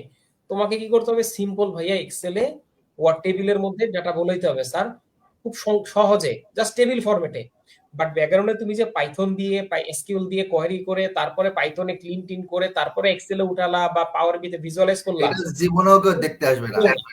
এটা দেখবে না আচ্ছা এটা কারণ নরমালি দেখার কথাও না কিন্তু তোমাকে আউটপুটটা কি দিতে হবে ওই ঘুরাই ফেরা কিন্তু সিম্পল এক্সেলের একটা ফরম্যাটের রিপোর্টটা দিতে হয় আচ্ছা তো এখন এখানে আসলে কোন জিনিসটা দাঁড়ালো যেটা বললাম যে যে কন্টিনিউশন টু আগের টপিকস যে এমআইএস এর টিমটা যদি একটু পরের সিঁড়ির ধাপটা বলি এটা হচ্ছে ডিটেকটিভ অ্যানালাইসিস আচ্ছা তারপরের টিমটা কি কাজ করে যে ডিপার্টমেন্টের যে হেডদের জন্য বা ডিপার্টমেন্ট বা রিলেভেন্সি যারা কাজ করে স্টেক হোল্ডার তাদের জন্য টিম মনিটরিং এর জন্য কি করে যে প্রতিদিন রেগুলার একটা রিপোর্ট করে ওই রিপোর্টটাকে তার একটা ছোট ড্যাশবোর্ডে ডেভেলপ করে এটা হইতে পারে এক্সেল হইতে পারে পাইথন যে কোনো কিছুতে করে তো এই যে ড্যাশবোর্ডটা ডেভেলপ করা, এটাকে আমরা বলতেছি কি ভাইয়া, এটা ডেটা, আমার ডেটা ভিজুয়ালাইজেশনের কাজটা। কিন্তু এটা কিন্তু আরেকটা এক ধাপ আগায়া। তো সিম্পল কি হচ্ছে সেটা একটা রিপোর্ট দাও, একটা একটা লেভেল। তারপরের লেভেলটা হচ্ছে কেন হচ্ছে, তারপরের লেভেলটা হচ্ছে কি হচ্ছে এবং কেন হচ্ছে, ওইটার সাথে রিলেভেন্সি তুমি একটা ভিজুয়ালাইজেশন করে দেখাচ্ছ। এটা কিন্তু আরেকটা স্কিল। তো এই যে স্কিলটা বললাম, এই জায়গাটা যাওয়ার পর যে সেকেন্ড কোশ্চেনটা আসে, আসলে ডেটা নিয়ে যে কাজ করে, ডেটা সায়েন্সের কাজটা কিন্তু এখনো আসে নাই ভাইয়া, অনেস্টলি স্পিকিং। এই যে 3টা লেয়ার বললাম, এই 3টা লেয়ারে বাংলাদেশের কথা যদি বলো, 99% কোম্পানি 3টা লেয়ারে আটকে থাকে। 99% কোম্পানি বলবো 3টা লেয়ার পর্যন্ত কাজ করে। এই যে আমি ডেটা তোমাকে প্রথমে বললাম না যে বাইরের দেশের যেই ডেটা সায়েন্সের বি অ্যানালিস্ট বা ডেটা অ্যানালিস্টের যে জবের যে সিরিয়াল আছে বা লিস্ট আছে, এটা এই কাজ এই কাজ এই কাজ করতে হবে, তার বলতে গেলে 40 বা 50% কাজ দিয়ে বাংলাদেশের বেশিরভাগ কোম্পানিগুলো হ্যাঁ, চলতেছে, এবং না, তারা মনে করে যে রিজন আমার আছে এতটুকু ভাই। এনাফ। না, রিজন আছে ভাই। রিজন কেন বলতেছি, এখন তুমি দেখো যে পরের ধাপটা হচ্ছে কি, যে কাস্টমার কেন, ধরো সেল কি কেন ফল করছে, আচ্ছা তাহলে তো সেল ফল করলে আমার এই ক্ষতিগুলো হচ্ছে। তার পরের ধাপটা হচ্ছে ভাইয়া তোমার, যে আচ্ছা আগামী 6 মাসে কেমন সেল হতে পারে, বা আগামী 6 মাসে কাস্টমার কেমন নেগেটিভ রিভিউ দিতে পারে, বা আগামী 6 মাসে আমার প্রোডাকশন লাইন কেমন হতে পারে যদি আমার এইভাবে করতে চাই। তো জানাও তো, ডেটা তো তোমার কাছে আছে, একটা ধারণা দাও। এই যখন এই প্রশ্নটা আসতেছে যে আগামী 6 মাস পরে কি হবে, আগামী বছর কি হইতে পারে, বা আমার কোম্পানির এখন যেভাবে যেরকম ফাইন্যান্সিয়াল ট্রেন্ড যাচ্ছে, আপস এন্ড ডাউন বা যেটা যাচ্ছে, এটা ফিউচারে কেমন হবে, আমি কি 5 বছর পর কি এই জায়গায় যেতে পারবো, কি মনে হয় তোমার, তুমি তো ডেটা নিয়ে কাজ করো। এই যে এই জায়গাটায় যখন যাবে ভাই, তখন হচ্ছে ডেটা সায়েন্সের মাত্র শুরু। শুরু, এবং মানে এটা হচ্ছে তখন আমার প্রেডিক্টিভ অ্যানালিটিক্স। স্ট্যাটিস্টিক্স, মানে তখন আমি বলবো যে এতক্ষণ ছিলাম আমরা হচ্ছে ডিসক্রিপটিভ অ্যানালাইসিস নিয়ে, স্ট্যাটিস্টিক্স নিয়ে, এরপরে চলে আসছে আমরা ইনফারেন্সিয়াল স্ট্যাটিস্টিক্স নিয়ে। ওইখানে আমার হাইপোথিসিস লাগবে, ওইখানে আমার রিগ্রেশন লাগবে, ওইখানে আমার টাইম সিরিজ অ্যানালিসিস লাগবে, ওইখানে আমার মেশিন লার্নিং অ্যাপ্লাই করতে হবে, যে সম্ভাব্য ক্ষতি থেকে বাঁচতে পারি যাতে করে। যে এক্সাম্পল ধরো, আহ, ধরো এইচআর এর কথা চিন্তা করো। ধরো যে যেই কোম্পানিতে 5,000 10,000 এমপ্লয়ি, এইচআর টিম কাজ করতেছে, প্রতিদিন ধরো 20টা 25টা করে এমপ্লয়ি চলে যাওয়া, 50টা করে যাওয়া, এটা একটা কমন ব্যাপার, যাবে আসবে যাবে আসবে। তো এখন এইচআর টিমের জন্য কিন্তু একটা বড় বার্ডেন, যে কারণ জানা না কে চলে যাচ্ছে, হুট করে এসে স্যার আমি থাকবো না, বিভিন্ন ইস্যু থাকে। তো ধরো কি হলো, এইচআর টিম কি করলো, ডেটা অ্যানালিস্ট বা ডেটা সায়েন্টিস্ট, মানে ডেটা সায়েন্স মানে ডেটা টিমের সাথে কথা বলে, যদি তারা এই যে ডেটা সায়েন্সের যে অ্যাপ্লিকেশনের কথা বলতেছি, ধরো এমন একটা মডেল তৈরি করলো, যে মডেলের মাধ্যমে, বা এমন একটা সিস্টেম তৈরি করলো, যে আমার এক্সিস্টিং এমপ্লয়ের মধ্যে আগামী মাসে কারা কারা রিজাইন দিতে পারে, তাদের একটা সম্ভাব্য লিস্ট আমাকে যেন সিস্টেম বলে দেয়।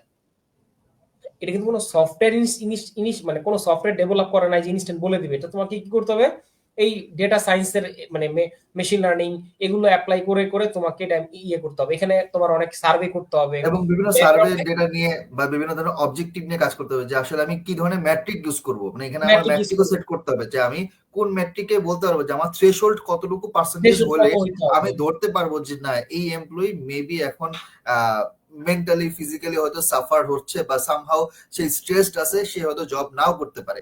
তো এই যে নাও করতে পারে অথবা কন্টিনিউ করবে, এই ছোট্ট একটা রেজাল্ট পাওয়ার জন্য আমার পিছনে কিন্তু অনেক জিনিস ঘুরে ব্যাকগ্রাউন্ডে, আসতে হচ্ছে, মানে তোমার ব্যাকগ্রাউন্ডে কথাটা অনেক তুমি তো কাজ করে টেকনিক্যালি আসতেছে। বলছো, তুমি তো টেকনিক্যালি বলছো, আমি একটু বাংলায় বলি আর কি। তোমার কথাটা হলো হ্যাঁ। যদি মানে বাংলা তর্জমা করি এরকম, যে একটা এমপ্লয়িকে আমি মেজার করার জন্য 4টা 5টা পয়েন্ট থাকতে পারে। ওয়ান, যে তার আসলে আমাদের কোম্পানিতে প্রতি 3 মাস বা প্রতি মাসে একটা সার্ভিস যদি করি, যে কোম্পানির প্রতি তার আসলে কিছু কমন কোশ্চেন থাকবে, যে সে আউট অফ 10-এর মধ্যে কোম্পানিকে কত মার্ক দিবে, তার জব স্যাটিসফ্যাকশন সে কত দিবে, তার হচ্ছে তার অ্যাটেন্ডেন্সটাকে মানে সিস্টেম থেকে টেনে ওটাকে একটা ট্র্যাক ডাউন করবে, অ্যাটেন্ডেন্সের রেশিও কেমন হচ্ছে। ধরো যেই এমপ্লয়িটা খুব পাংচুয়াল, ডেফিনেটলি ধরা যায় সে ডেডিকেটেড।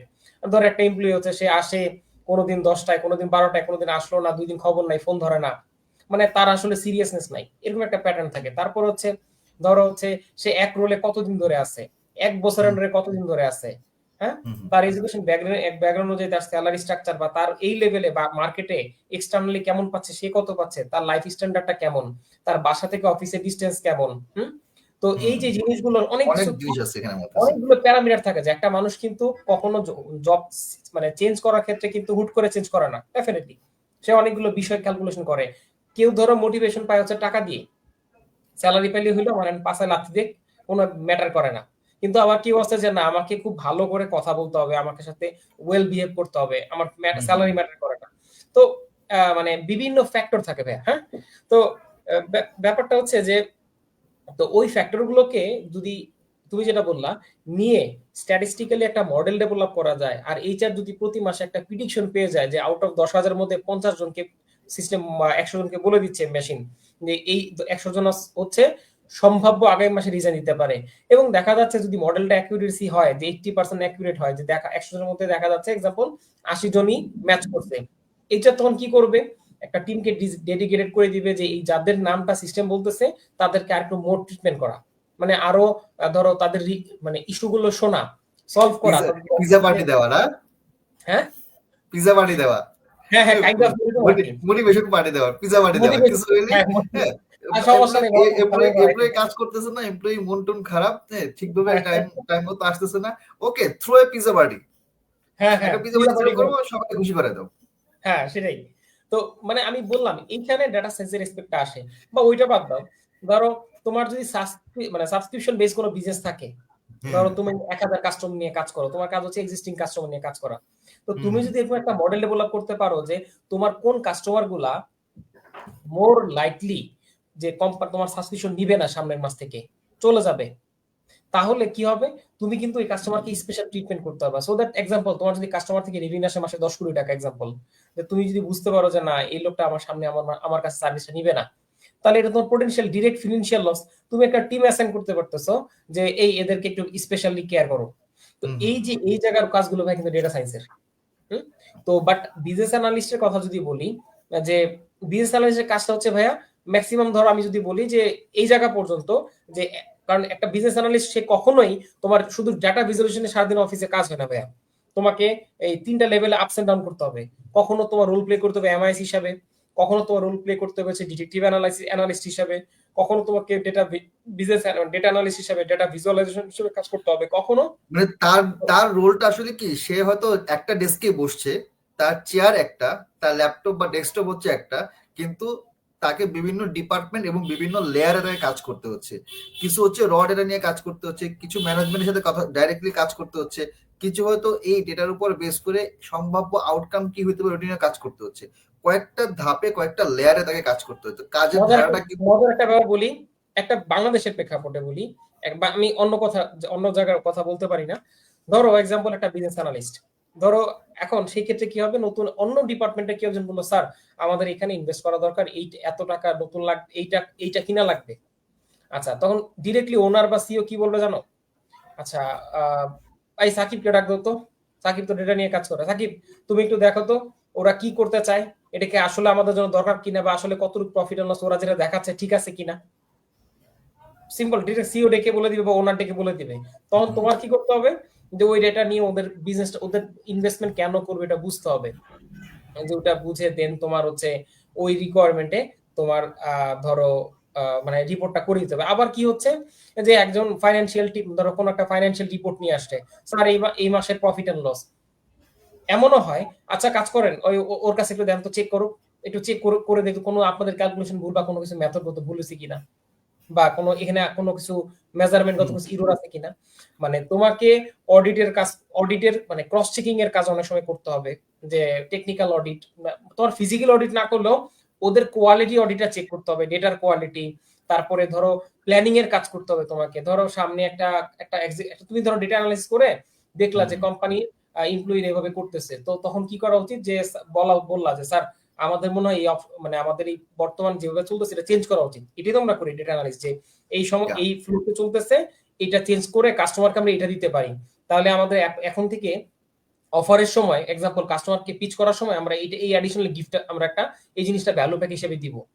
তো এই যে তুমি যে বললে এটা দিব, এটা দিলে ইমপ্যাক্ট কি হবে, তুমি বলে দিচ্ছ যে এটা ইমপ্যাক্ট হবে আমাদের এখন এই আজকে মুহূর্ত মানে পর্যন্ত সেল এমন, বাট আমরা যদি প্রতিটা অফারের ক্ষেত্রে ধরো 200 টাকা করে ইনভেস্ট করি, তাহলে আগামী মানে 1,000 অফারে আমার এই টাকা খরচ হবে, কিন্তু আমার পসিবিলিটি বেড়ে যাবে যে যেখানে 10 জনকে পিচ করলে আগে 2 জন আসতো, এখন 10 জনকে পিচ করলে 5 জন আসবে, তাহলে আমার এখানে সেলের রেশিওটা বেড়ে যাচ্ছে বিকজ অফ এই মিনিমাল ইনভেস্টমেন্টে।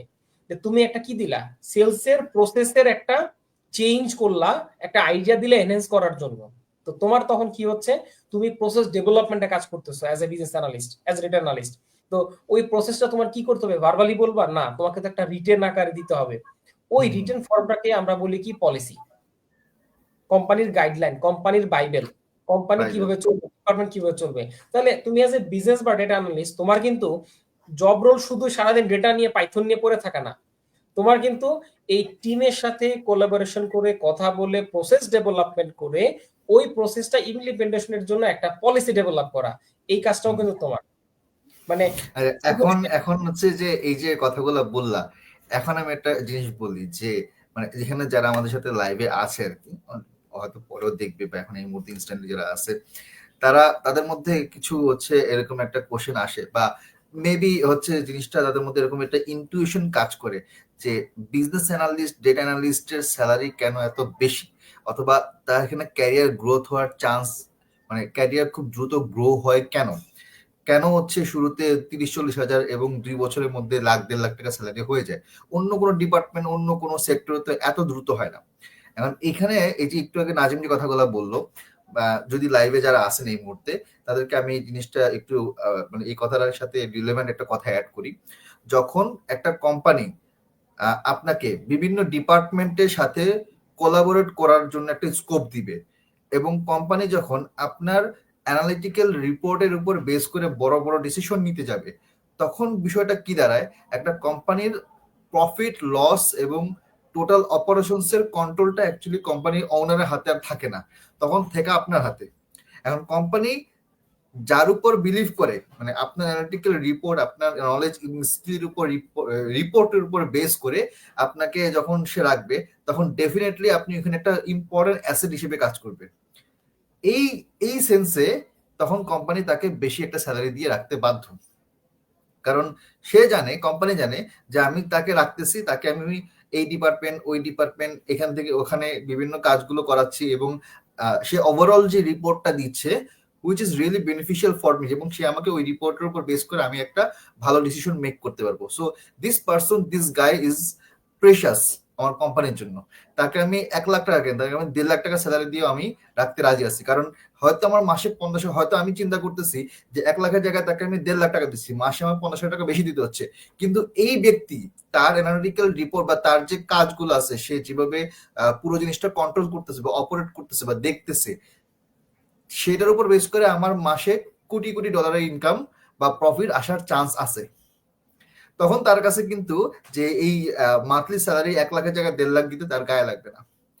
তো এটা একটা বড় একটা আমি বলবো যে অপরচুনিটি, এবং যারা আসলে এই সেক্টরে কাজ করতে চায়, এই সেক্টরে জব করতে চায়, তাদের জন্য একটা ভালো মোটিভেশন হইতে পারে যে আপনি যদি ঠিকভাবে স্কিলগুলো ডেভেলপ করতে পারেন, বা যদি এগুলো সম্পর্কে ভালোভাবে বুঝেন এবং প্র্যাকটিক্যাল লাইফে ইউজ করতে পারেন বিভিন্ন প্রজেক্ট এবং পোর্টফোলিওর মাধ্যমে, তাহলে খুব দ্রুত আসলে এই সেক্টরে ডেভেলপ করা, ক্যারিয়ার গ্রো করা হচ্ছে ইজি একটা প্রসেস। আচ্ছা, তো অনেক কথাই তো বলতেছি, আমরা মোটামুটি প্রায় একটু শেষের দিকে চলে আসছি। এখন একটু একটা ইম্পর্টেন্ট জিনিস আমার মনে পড়লো, সেটা হচ্ছে এই যে আমরা ডেটা অ্যানালিস্ট, বিজনেস অ্যানালিস্ট এবং এগুলোর জব সেক্টর, সেগুলোর স্যালারি স্ট্রাকচার, এগুলো নিয়ে কিন্তু আমরা শুরুতে কথা বলছি, প্রথমে কিন্তু আমরা এসব জিনিস নিয়ে কথা বলতেছিলাম। এখন একটা জিনিস এরকম মানে মাথায় আসলো, অনেকের হয়তো মাথায় আসতে পারে যে আমি যদি বিজনেস অ্যানালিস্ট বা ডেটা অ্যানালিস্ট হইতে চাই, তাহলে আমার সামনে অনেকগুলো টুলস আছে, অনেকগুলো সফটওয়্যার আছে। এখন সবগুলোকে আমি একসাথে শুরু করব, না আমি একটা একটা দিয়ে শুরু করব? আর যদি শুরু করতেই চাই, আমি কোনটা দিয়ে শুরু করব যাতে আমার জন্য একটু ইজি একটা ফিল হয়, বা আমি যেন আসলে আমার জন্য কম্প্রিহেন্ড করতে ইজি হয়। আমি যদি শুরুতে একটা টাফ জিনিস নিয়ে শুরু করি, মানে কঠিন জিনিস নিয়ে শুরু করি, আমি 2 দিন পর ডিমোটিভেটেড হয়ে যাবো, আমি বলবো ধুর আমাকে দ্বারা হবে না, ডেটা সায়েন্স এত কঠিন এত ডিফিকাল্ট, আমি পারবো না। এখন আমাকে একটু বলো তাহলে, মানে আমি তো জানি, তারপর তোমার কাছে তোমার মুখ থেকে শুনতে চাচ্ছি যে যদি কেউ বি অ্যানালিস্ট হইতে চায় বা এই সেক্টরে জব করতে চায়, ক্যারিয়ার করতে চায়, তাহলে ইজি টু হার্ড কোন কোন স্টেপটা তার ফলো করা উচিত, কোন টুলস গুলো একটা পর একটা শেখা উচিত, এবং কতদিন ধরে তার শেখা উচিত বলে মনে করো তুমি? ভাইয়া দেখো, প্রথমে যদি বলি যে আসলে তোমার টুলস লাগবে কি কি, প্রথম কথা রাইট। ধরো তুমি কি টেক ফার্মে ঢুকবা না নন টেকে ঢুকবা, আগে এটা এটা ডিফাইন করতে হবে। সাধারণত ধরো পসিবিলিটি হচ্ছে কি বাংলাদেশে টেক ফার্ম কম, নন টেক বেশি। বেশি। নন টেকের কথা যদি বলি আমি, নন-টেকের কারণ কথাই বেশি। বিজনেস, ফাইন্যান্সিয়াল, এনজিও, বিভিন্ন অর্গানাইজেশন যেগুলো আছে, এগুলো সবই হচ্ছে নন টেক। টেক ফার্ম বাংলাদেশের পার্সপেক্টিভে অতটা বেশি না। হুম। আচ্ছা, সেকেন্ড অপশন আসো। তুমি যদি ডেটা নিয়ে কাজ করবা, তার মানে ওই কোম্পানিতে তোমাকে যদি ডেটার উপর ডেটা রিলেভেন্ট কোনো জব দেয়, তার মানে কোম্পানি ডেটা রাখার, ডেটা অ্যারেঞ্জ করার, ডেটাকে অ্যানালাইসিস করার একটা কম বেশি একটা প্ল্যাটফর্ম আছে। হুম। আচ্ছা, তো এখন তারা প্ল্যাটফর্ম যেহেতু আছে, তাহলে কিভাবে প্ল্যাটফর্মটা ম্যানেজ করতেছে? বাংলাদেশের কমন একটা জিনিস, সেটা হচ্ছে ইআরপি। ইআরপি। হুম। ইআরপি ইউজ করতেছে। ধরো এখন খুব বাইরের ইআরপি আছে, ওরাকল আছে, স্যাপ আছে, তারপর হচ্ছে আবার দেশের লোকাল অনেক ইআরপি আছে। তো এটা একটা ভালো দিক যে কোম্পানিগুলো একটা সিস্টেমেটিক ওয়েতে ডেটাগুলো ইম্পোর্ট করতেছে, রাখতেছে। তো তুমি আবার ইআরপি সব জায়গায় নাও পেতে পারো। হুম। স্টার্টআপ হইতে পারে, ইআরপি কিচ্ছু নাই ছোট কোম্পানি হয়তো ইআরপি নাই থাক। ধরো এক্সাম্পল নাই তোমার, কি ওরা সব এক্সেলে রাখে, তোমার এমন হইতে পারে যে ইআরপির মতো করে একটা ফরম্যাট ডেভেলপ করা লাগতে পারে, পাওয়ার বিআই, লুকার, ট্যাবলু, টেক্সেল দিয়ে। হুম। আচ্ছা, তো এখন প্রশ্ন হচ্ছে ভাইয়া, তুমি একটা চিন্তা করো, ধরো তোমার সামনে একটা মাঠ, 1 বিঘা একটা জমি। আমি তোমাকে বললাম যে ভাই এখানে কয়েকটা টুলস আছে, কোদাল আছে, শাবল আছে, একটা এক্সকাভেটর আছে। এখন আমি যদি বলি তোমাকে আগামী 7 দিনের মধ্যে এটাকে 20 ফিট মানে 100 ফিট গভীর করে দিতে হবে, তুমি কি কোদাল নিয়ে শুরু করবা না এক্সকাভেটর নিয়ে শুরু করবা? ডেফিনেটলি এসকিউএল নিয়ে শুরু করবো। বিকজ অফ হচ্ছে তোমার ডেটা টাইপ, মানে তোমার কাজের ধরনের উপর, সময়ের উপর তোমাকে টুলস ইউজ করতে হবে। টুলস ইউজ তো করতে হবে। কখনো কখনো কোনো কাজের ক্ষেত্রে তোমাকে এক্সেল ইউজ করতে হবে, কখনো ওই কাজের ক্ষেত্রে তোমাকে এসকিউএল ইউজ করতে হবে, কখনো তোমাকে পাইথন দিয়ে কাজটা করতে হবে। তো এগুলো হচ্ছে একটা টুলস। তো এখন ব্যাপারটা হচ্ছে শিখবাটা কি। তো প্রথমে দেখো, তুমি যদি ডেটা সায়েন্সের বা ডেটা নিয়ে কাজ করো, তুমি শিওর থাকো, আহ, আমি নন টেকের কথা বলতেছি, নন টেকে তুমি শিওর থাকো তোমাকে 90% টাইমে এক্সেল নিয়ে কাজ করতে হবে। 90% টাইমে। অ্যাটলিস্ট বাংলাদেশের পার্সপেক্টিভ যদি বলি আর কি। ভাই বাংলাদেশ না, তুমি, আমি যে কটা ফ্রেন্ড সার্কেল বা পরিচিত যারা আছে, রিমোট জবও করে বা যারা আছে, তারা যেটা বলে যে ভাই আমাকে 60 to 70% টাইম আমাকে এক্সেল নিয়ে রিপোর্ট করতে, এক্সেল নিয়ে কাজ করতে হয়। কিন্তু data collection, data processing, data cleaning, ওইটা আমরা আবার করার এক এক সময় এক এক ভাবে করি। ধরো এক্সাম্পল, এখন 5 কোটি রোয়ের একটা ডেটা সেট, সে তো আর এক্সেল ওপেন করতে পারবে না। না, এক্সেল তো ওপেনই হবে না।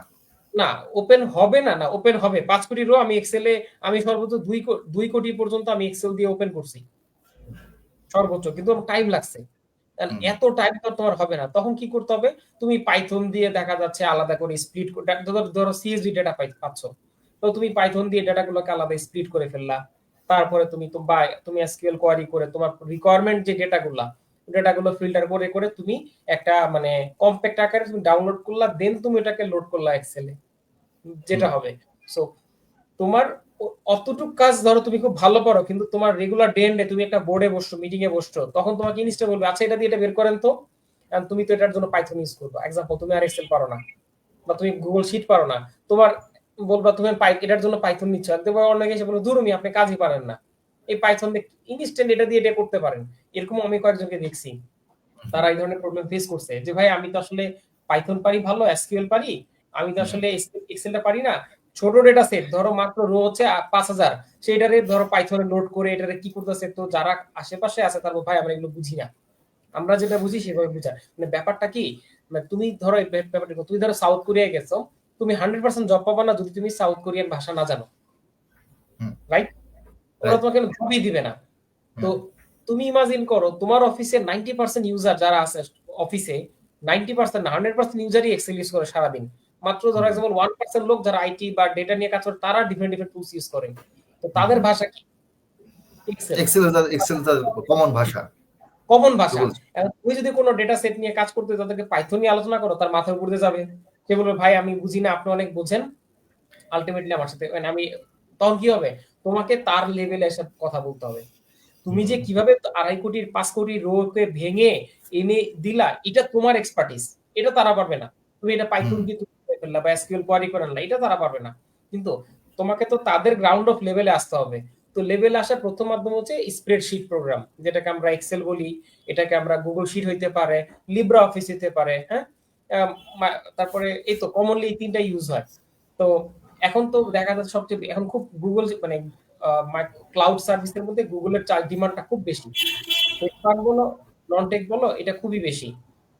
আচ্ছা, আম, আচ্ছা, এখন একটা তো কোশ্চেন আসছে এখানে, একটু দেখো যে স্ক্রিনে দেখতে পাচ্ছ কামরুন নাহার। উনি অলরেডি আমাদের এখানে এনরোল করছেন আমি যতটুকু জানি। তুমি একদম নতুন, তো ওনার পক্ষে এটা বিজনেস অ্যানালিটিক্স এর কোর্স করা পসিবল কিনা, আহ, এটার উত্তর তুমি কি দিবা বলো? মানে দেখো ভাই, ব্যাপারটা হচ্ছে নতুন মানে পুরাতন বলে কথা না। বিজনেস অ্যানালিস্ট হুম হইতে হইলে তোমাকে প্রথমে দুইটা লেয়ারে কাজ করতে হবে। ধরো প্রথম লেয়ার হচ্ছে, ধরো তুমি হচ্ছে বিজনেস অ্যানালিস্ট, বাট তোমাকে প্রথমে এমআইএস এর মতো কাজ দিবে, ট্রিট করবে, কারণ হুম তুমি ডোমেন জানো না। তুমি রাইট। ধরো একটা সেলস, এমন একটা ফার্মে ঢুকলা যেখানে ধরো এক্সাম্পল তুমি সেলস নিয়ে কাজ করতেছো, সেলস, ধরো তুমি সেলস বুঝো না, তাহলে তোমাকে কিন্তু সেলস রিলেটেড কোশ্চেন কোড ডাকবে না। তোমাকে তোমাকে প্রথমে সিম্বল দিবে যে ডেটাটা সারাদিন কি পরিমাণ সেল হলো, কি হলো হুম না হলো, এটাই করাবে। বাট তুমি কিন্তু বিজনেস অ্যানালিস্ট, বাট তোমাকে কিন্তু কাজ করাচ্ছে এমআইএস, মানে এমআইএস এর পোর্শনটা করাচ্ছে। যখন তুমি আস্তে আস্তে বিজনেসটা বুঝবা, তখন তোমাকে কি করতে হবে, তখন তোমাকে বলবে আচ্ছা, ধরো এতদিন উত্তর দিত বস, এখন আজকে বস নাই, এখন সেম কোশ্চেন তোমাকে অ্যান্সার দিতে হবে বাই এনি চান্স। তাহলে কি তোমার লেভেল আপ হলো। তারপর তুমি একটু ভিজুয়ালাইজেশন করলা, সামারি করে দিলা, একটা ছোট রিপোর্ট করে দিলা। তো এইভাবে আগাইতে হয়। হুট করে বিজনেস অ্যানালিস্ট হওয়া যায় না, হুট করে ডেটা অ্যানালিস্ট হওয়া যায় না। তো শুরুর ধাপটা হয় হচ্ছে ডেটাগুলোকে রিড করা, ডেটাগুলো থেকে ডেটা কি বলতেছে ওইটাকে হুম একটু বের করা, ওই জিনিসগুলো তো যে কেউ পক্ষেই সম্ভব, যে কোনো ডোমেন থেকে। আর একটা মজার ব্যাপার হচ্ছে, আহ, আমার কথা না, আমি সেদিন একটা রিসার্চ, মানে সেদিন একটা পডকাস্ট শুনতেছিলাম। তো ওইখানে একটা আর্টিকেল ওরা বলতেছিল, মানে আর্টিকেলের রেফারেন্সে বলতেছিল, ওয়ার্ল্ড ওয়াইড এখন যারা বিজনেস অ্যানালিস্ট, ডেটা অ্যানালিস্ট হচ্ছে, স্পেশালি বিজনেস অ্যানালিস্ট, তাদের মধ্যে বিজনেস ব্যাকগ্রাউন্ডে ছেলে ভালো করতেছে দেন সিএসি। যাদের হুম মানে যারা সিএসি তাদের চেয়ে ভালো করতেছে বিজনেস ব্যাকগ্রাউন্ডের লোকজন। কেন? কারণ নরমালি ভাই এখানে আপনি ধরো আহামরি কোনো টেকনিক্যাল স্কিল লাগে না, তোমার তো কিছু ডেভেলপ করা লাগতেছে না, তোমাকে জাস্ট রিড করা লাগতেছে। রাইট। তোমাকে একটা এসকিউএল ডাটা সেট তোমাকে জাস্ট রিড করে, মানে ম্যাক্সিমাম কি করবে আইটি টিম, তোমাকে অলমোস্ট তোমার জন্য ডেটা রেডি করে দিয়ে রাখবে, এপিআই করে দিয়ে রাখবে, তোমাকে জাস্ট একটা রিকানেক্ট করতে হবে, রিফ্রেশ করতে হবে ডেটাগুলোকে আনার জন্য, দ্যাটস অল। আমার জন্য মানে ওই তোমাকে কানেক্টিভিটির কাজটা একবার করে ফেললেই, মানে আর প্রসেসটা কিছু একবার লাগে রিড না করে কিন্তু।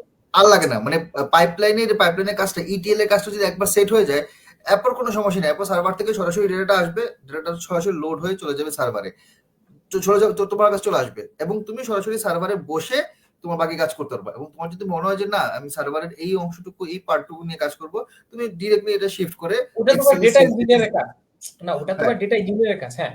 কিন্তু আমি যেটা বলতেছি, ধরো তুমি যেটা বললা ইটিএল, অনেকে এখানে জানে, অনেকে লাইভ দেখতেছে বা অনেকে বুঝবে কিনা, বা চিন্তা করো ভাইয়া, তুমি পাঁচতলা ছাদের উপর একটা ট্যাঙ্ক, পানির ট্যাঙ্ক রাখলা, তোমার হুম বাসায় কোনো পানির কানেকশন নাই, তুমি কি করলা, একবার মিস্ত্রি ডেকে এনে কি করলা, তুমি পাইপ ছাদের টাঙ্কি থেকে তোমার বাসার কিচেনে পানির পাইপ ক্রিয়েট করলা। এখন তোমার কাজ কি, খালি কলটা খোলা, পানিটা নেওয়া। তো এই যে পাইপের কানেকশনটা, এটা তো তোমার আইটি টিম বা ডেটা ইঞ্জিনিয়ার করে দিবে, ডেটা এক্সাম্পল ইঞ্জিনিয়ার করে দিবে, হ্যাঁ। করে দিবে। তোমার কাজ হচ্ছে খালি কলটা খুলতে হবে ভাইয়া। কলটা খুলতে হবে, আমার এই যতটুকু কলটা দরকার, খোলার জন্য, যেটুকু দরকার অতটুকু আমি নিয়ে যেন আমার কাজগুলো, অবজেক্টিভ গুলো যেন আমি ফুলফিল করতে পারি। মানে ডেটাটা মেইনলি তোমার ডেটা রিড করার স্কিলটা থাকতে হবে ভাইয়া। এটা পাইথন দিয়ে করা খুবই ইজি, ম্যাটার অফ খুবই 7 days, প্র্যাকটিস করলে গুড এনাফ। এসকিউএল দিয়ে করতে হলে খুবই ইজি, ম্যাটার অফ ধরো 10 to 15 days, তোমার এক মাসের যদি একটু প্র্যাকটিস আর প্র্যাকটিস এটা করে। এটা রিড করে, এটা হচ্ছে গিয়ে বেসিক ডেসক্রিপশন বের করার কাজ। এইটা আমার মনে হয় যে কেউ যদি একটু মন দিয়ে করে 2 দিনের কাজ 2 দিনের মধ্যে করে যাবে। তারপর হচ্ছে যদি কেউ চিন্তা করে যে আমি হচ্ছে র ডেটা থেকে ডেটা স্ক্র্যাপ করে নিয়ে আসবো, এটা হচ্ছে 3 দিনের কাজ, সর্বোচ্চ 4 দিন লাগতে পারে। সে হয়তো প্র্যাকটিস করতে করতে 1 সপ্তাহের মধ্যে এক্সপার্ট হয়ে যাবে। মানে এটা খুবই বাচ্চাদের লেভেলের কাজ। ভাই কথা হচ্ছে এগুলো যে সব ডেটাটা বাচ্চাদের লেভেলের কাজ। এভরিথিং, হ্যাঁ, মানে অ্যাজ এ বিজনেস অ্যানালিস্ট যারা কিনা একদম ফ্রেশার, একদম নতুন, ভাই হয়তো যারা কারোর তো, যারা হয়তো শোনো, কারোর তো এপিআই ডেভেলপ করা লাগবে না। কেউ যদি বলে না না এপিআই না, ডেভেলপ করলে, আরে ওটা ও তো তো ওটা তো পাগল। ওটা তো ওটা তো ওটা তো দরকারই নেই, মানে ওটা আমার না, কোনো এটা প্রয়োজনই নেই। দরকারই নাই। এটা তো তোমার আইটি টিম বা ডেটা টিম, যে ডেটা অ্যাডমিনিস্ট্রেটর, সে তো তোমাকে এটা, সে তো এটা করেই দিবে।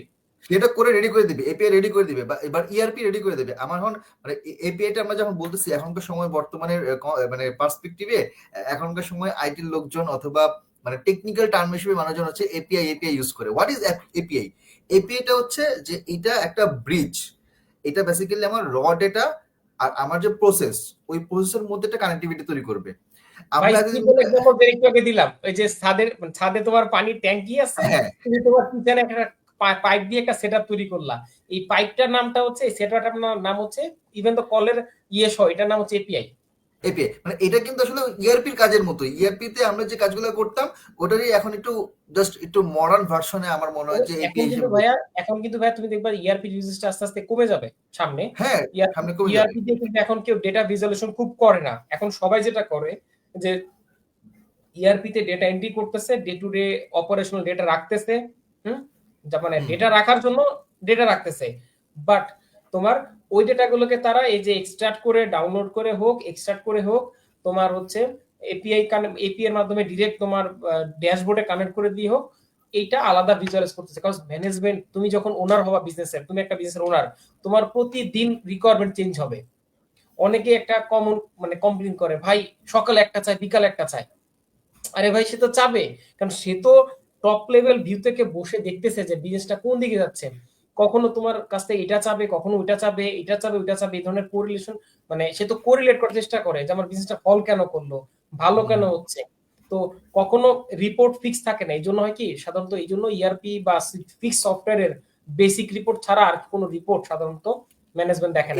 এটা আসলে ইআরপি মানে ড্রব্যাক বলতে আমরা যেটা বুঝি যে ইআরপি একটা সার্টেন ফরম্যাট, একটা সার্টেন রুল বুক ফলো করে কাজগুলা করে। কিন্তু এখন এপিআই আসার সুবিধাতে যেটা হয়েছে যে আমি আমার নিজের সুবিধা মতো কাজগুলোকে আমার মতো করে আমি এটাকে সাজায় নিতে পারবো। ইভেন চাইলে হচ্ছে আমি এপিআই এর মধ্যে পাওয়ার বিআই ওটাকে আমি আবার চাইলে হচ্ছে ওটার ভিতরে কিছু কাস্টমাইজ করতে পারবো, আমি ওটাকে স্কেল আপ করতে পারবো। এপিআই হচ্ছে একটা বড় সুবিধা।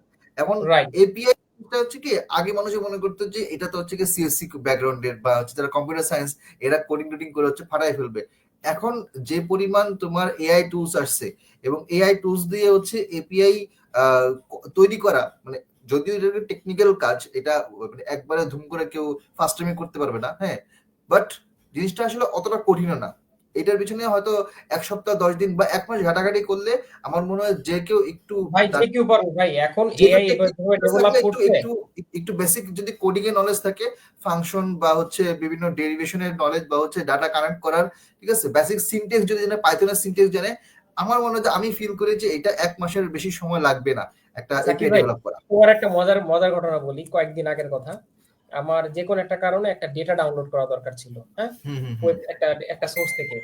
তো আমি পাইথন দিয়ে কখনো বিউটিফুল মানে স্ক্র্যাপিং করিনি, আমার কখনো স্ক্র্যাপিং করার প্রয়োজন পড়ে নাই, আমার কাজে লাগে না।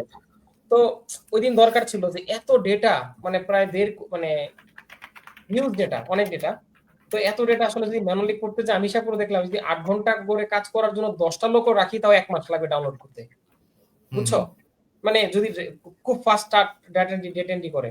পরে কি করলাম ভাই, পাইথন দিয়ে বিউটিফুল সুপের প্যাকেজ দিয়ে আমি তোমার ওই ডেটাগুলো স্ট্র্যাপ করছি মাত্র ১.৫ ঘন্টায়। ১.৫ ঘন্টায়। এখন এটা আমি কিভাবে করছি ভাই, পুরোটাই তোমার জিমিনি, মানে জিমিনি আর হচ্ছে চ্যাট জিপিটি এর কম্বিনেশন করে করছি। হ্যাঁ হ্যাঁ, ও এখান থেকে জিজ্ঞেস করলে বললে ব্যাপারটা বুঝছো? তাই এটা ভাই এখন ইজি হয়ে গেছে সবকিছু। তো যে কেউ চাইলে শুরু করতে পারে, কিন্তু বাট যেটা মেইন মানে ফ্যাক্টটা কোথায় ভাইয়া, এই পুরো বিজনেস অ্যানালিস্টের কাজের ক্ষেত্রে অনলি 50% টাইম আপনার এই টেকনিক্যাল স্কিল গুলো কাজে লাগবে, বাকি 50% কাজে লাগবে, আরো কম মানে 30% টাইম লাগবে আপনার পাইথন টেকনিক্যাল নলেজ। বাকি পুরো 70% হচ্ছে আমি যেখানে কাজ করব ওই কোম্পানির ডোমেইন নলেজ, ওই কোম্পানির কমিউনিকেশন, ওই কোম্পানি দ্বারা কি চাচ্ছে এবং কিভাবে আমাকে মানে হচ্ছে প্রসেসটা ডেভেলপ করতে হবে, এই সকল বিষয়গুলোই হচ্ছে আমার মেইন। ভাই বড় একটা ব্যাপার হচ্ছে, খুব বড় একটা রোল প্লে করেছে স্টোরি টেলিং। তুমি একটা রিপোর্ট নিয়ে যাবা, এই রিপোর্টটা ধরো আমার অফিসের ক্ষেত্রে যেটা হয়, আমি যেটা ফেস করি, ধরো আমাকে এসে বলে ভাই আপনি একটু চলেন স্যারের কাছে যাবো, কেন ভাই আপনি একটু বুঝায় বলতে পারবেন, মানে বুঝছো? রিপোর্ট তো তোমার না, কিন্তু রিপোর্ট তো তোমার না, হ্যাঁ, রিপোর্টটা স্টাডি করি, করে দেখে তারপরে তাকে এক্সপ্লেন করি। তো তখন বলি যে খেয়াল করে শোন আমি কিভাবে এক্সপ্লেন করতেছি, সেকেন্ড টাইম মানে এইভাবে তুই করবি, হ্যাঁ। তো ব্যাপারটা হচ্ছে এই যে রিপোর্টটা একটা ঘটনাকে রিপ্রেজেন্ট করে একটা বলা, মানে তোমার, কারণ তুমি শিওর থাকো, ওই যে বললাম না ম্যানেজমেন্টের কাছে তোমার টাইম থাকবে 5 থেকে 10 মিনিট, এর বেশি সময় তুমি পাবা না। তো তোমার 3 দিনের অ্যানালিসিসের কাজ তুমি 5 মিনিটে যে বলবা, ওইটার জন্য তোমাকে যে একটা মেন্টাল ম্যাপিং করতে হবে, একটা স্টোরি আকারে বলতে হবে, যাতে তোমার অডিয়েন্স হইতে পারে ডিপার্টমেন্টের হেড, হইতে পারে ম্যানেজমেন্ট, হইতে পারে তোমার ডাউনস্ট্রিম, হইতে পারে তোমার কলিগ, বাট তোমাকে একটা স্টোরি আকারে তোমার রিপোর্ট এমন ভাবে সাজাইতে হবে, রিপোর্ট এমন ভাবে লিখতে হবে যাতে এই রিপোর্ট যেন সে পড়েই বুঝতে পারে। মানে তোমার রিপোর্ট যদি এত দুর্বোধ্য হয়, এত হাই মানে গ্রাফিক্যাল তুমি রিপ্রেজেন্ট করে রাখছো যে রিপোর্ট দেখে মনে হচ্ছে বা খুব সুন্দর কিন্তু কিছু বুঝি না, মানে তাহলে ওই রিপোর্টের দাম নাই তো। মানে দাম আমার নাই। এত হচ্ছে এত কমপ্লেক্স ওয়েতে ডেটাকে ভিজুয়ালাইজ করে আমার রিপোর্ট লেখার তো কোনো তোমার প্রয়োজন কোনো নেই। দরকার নাই। তুমি আমি কাজ সিম্পল করবা, তোমার আমার মানে আমাদের আমাদের থিমটা হচ্ছে, আমরা যে থিমে কাজ করি বা বলি যে তুমি ভাই কাজ করবা ক্রিটিক্যালি কিন্তু এক্সপ্লেন করবা ইজিলি। রাইট। তোমার ইউ হ্যাভ টু এটা think critically but you have to express easily, মানে ব্যাপারটা হচ্ছে ওই যে থিঙ্ক গ্লোবালি অ্যাক্ট লোকালি, এই কনসেপ্টের মতো আর কি। সো তো বিজনেস অ্যানালিস্ট হওয়ার জন্য, ডেটা অ্যানালিস্ট হওয়ার জন্য ভাইয়া তোমার কেউ তুমি জয়েন করার পরপরই কাউকে ডিরেক্ট বলবে না আজকে আমাকে এখন এটা করে দাও। ওই যে রোলটা বললাম এমআইএস, তারপরে ডিটেকটিভ অ্যানালিস্ট, তারপর হচ্ছে ডেটা ডেটা ভিজুয়ালাইজেশন বা ডেটা ডেটা অ্যানালিস্ট বলতে পারো। তারপরে যে বিজনেস অ্যানালিস্ট, তোমাকে প্রসেস ডেভেলপ করতে হবে। নতুন একটা লোক জয়েন করছে, তার কাছে তো সে বলবে না যে কোম্পানির এই অবস্থা বলেন আমি কি করতে পারি, ডেফিনেটলি তার কাছে এক্সপেক্ট করবে না, এটা কোম্পানি করবেও না। হ্যাঁ, কোম্পানি মানে করবে না। তো কোম্পানির মালিক পাগল না হওয়া ছাড়া এটা কখনো করবে না। হ্যাঁ, লেভেল ওয়াইজ যেতে হয়। তো নরমালি এক্ষেত্রে যেটা করতে হয়, তোমাকে অ্যাজ ইনিশিয়ালি ফার্স্টে একটা ভালো রিপোর্ট কিভাবে বানাইতে হয়, একটা ইফেক্টিভ কমিউনিকেশন কিভাবে করতে হয়, একটা প্রবলেমকে কিভাবে ক্রিটিক্যালি থিঙ্ক করে ওই প্রবলেমটাকে একটা ভিজুয়ালাইজেশন ফরম্যাটে আনতে হয়, ওই জিনিসটাকে তোমার শিখতে হবে। এবং রাইট। তোমাকে শিখতে হবে ভালো করে তুমি কিভাবে যে যে কোনো ডেটা সেট, তোমার মানে ব্যাপারটা যেরকম যে কোনো ডেটা সেটকে তুমি একটা সামারি কিভাবে করতে পারো। মানে ডেটা সেটটা ধরো লার্জ ডেটা সেট, তাহলে বেশি বেশি বড় লার্জ হলে তুমি ধরো এসকিউএল দিয়ে নিয়ে আসলা বা পাইথন দিয়ে ভেঙে নিয়ে আসলা, ওইটা নাহলে পরে এত বড় ডেটা সেটও তোমার কাছে কেউ দিবে না নতুন অবস্থায়। কারণ আমি আমি দেব না যে আমার নতুন টিমমেট আসছে, ও নতুন, ও পারবে না, ওর আমি ভেঙেই দেই, ঠিক আছে ওকে আমি তোমাকে এক্সট্রাক্ট করে দিলাম, নাও এখন আছে 10 লাখ ডেটা আছে বা 10 লাখ বা 20 লাখ রো আছে, এখন কাজ করো। 50 লাখ রো আছে আমি দিলাম, and crore crore rho data তো আমি সাধারণত দিব না আনটিল আনলেস টেক ফার্ম ছাড়া। তো টেক ফার্মের কাজগুলি আলাদা রকম হয়। তো শুরুতে ভাইয়া এজ এ নতুন কেউ যদি হয়, যে রিকোয়ারমেন্ট যদি এজ এ ইন্টারভিউ মানে সরি ফার্স্ট মানে ফ্রেশার হিসেবে হয়, বা যারা নতুন জয়েন করতে তাদেরকে একটা জিনিস লাগবে, সেটা হচ্ছে এই স্কিল থাকতে হবে যে আমার কাছে যে কোনো ডেটা দিলে আমি ডেটাকে ইনসাইট বের করতে পারি, যেটাকে ইবিএ বলি, এক্সপ্লোর করতে পারি ডেটা কি বলতেছে, যেটার মানে কি, এবং ওটাকে কোরিলেট করা রিপোর্টে সুন্দর করে একটা রিপোর্ট লিখতে পারি, আমি একটা ডকুমেন্টেশন লিখতে পারি, আমি প্রবলেম স্টেটমেন্ট লিখতে পারি। এই জিনিসগুলো জানতে পারলেই গুড এনাফ।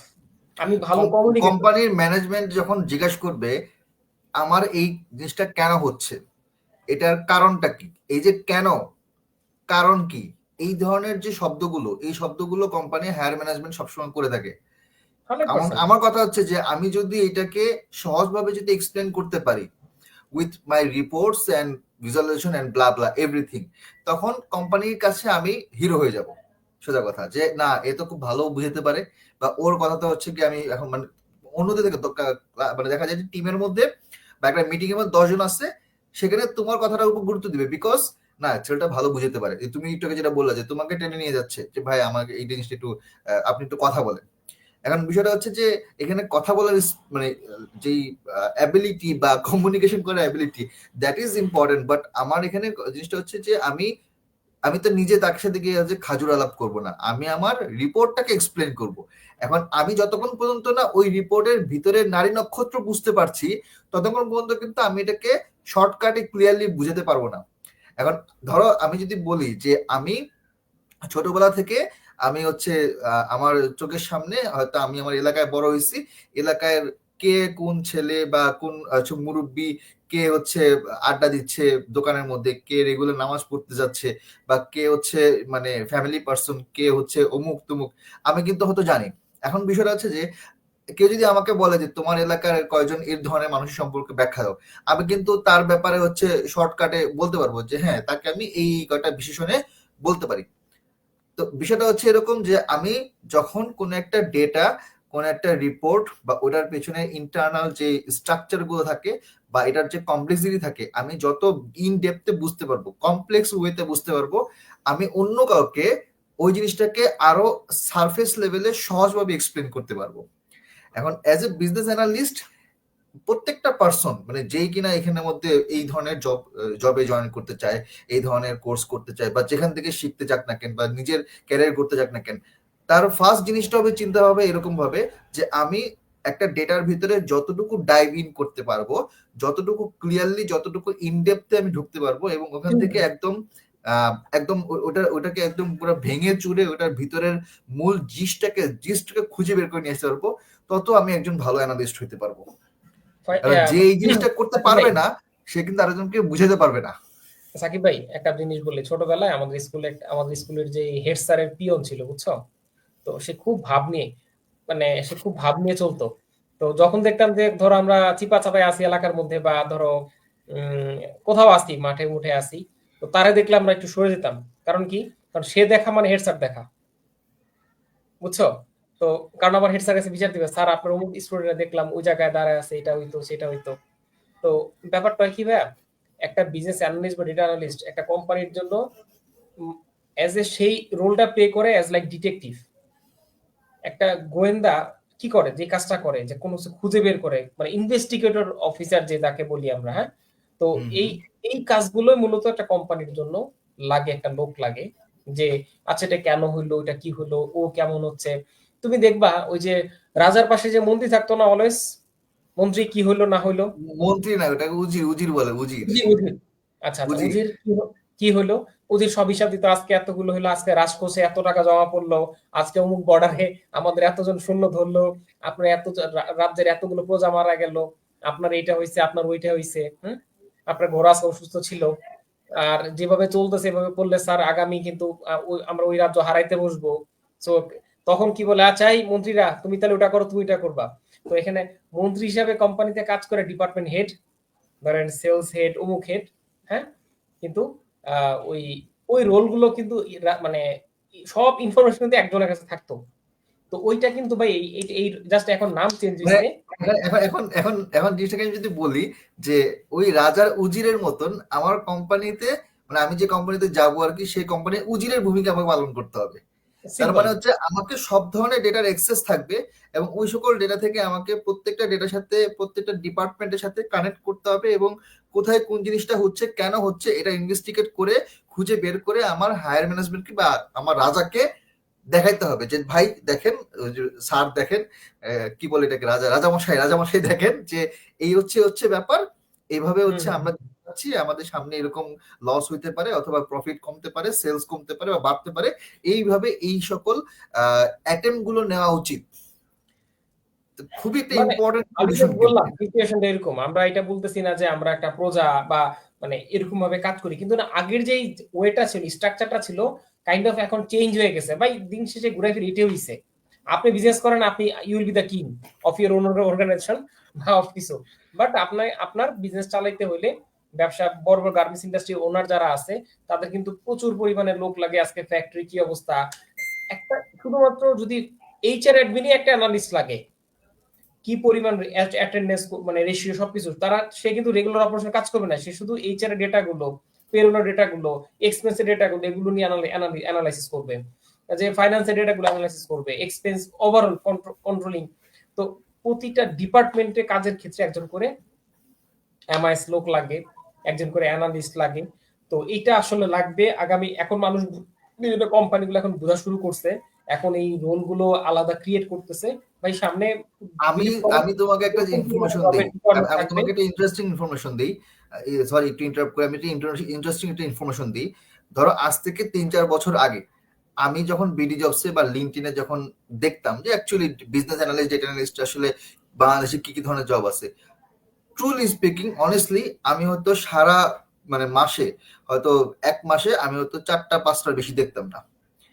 এখন হুম যদি বলি যে লাস্ট গত মাসের কথা যদি বলি, মানে আমার কথা বিলিভ না হলে এখানে যারা লাইভে আছেন তারা আপনারা কষ্ট করে একবার একটু বিডি জবসে গিয়ে ওখানে উপরে সার্চ করবেন ডেটা অ্যানালিস্ট, অথবা শুধুমাত্র অ্যানালিস্ট লিখে সার্চ করতে পারেন, অথবা বিজনেস অ্যানালিস্ট লিখে সার্চ করতে পারেন।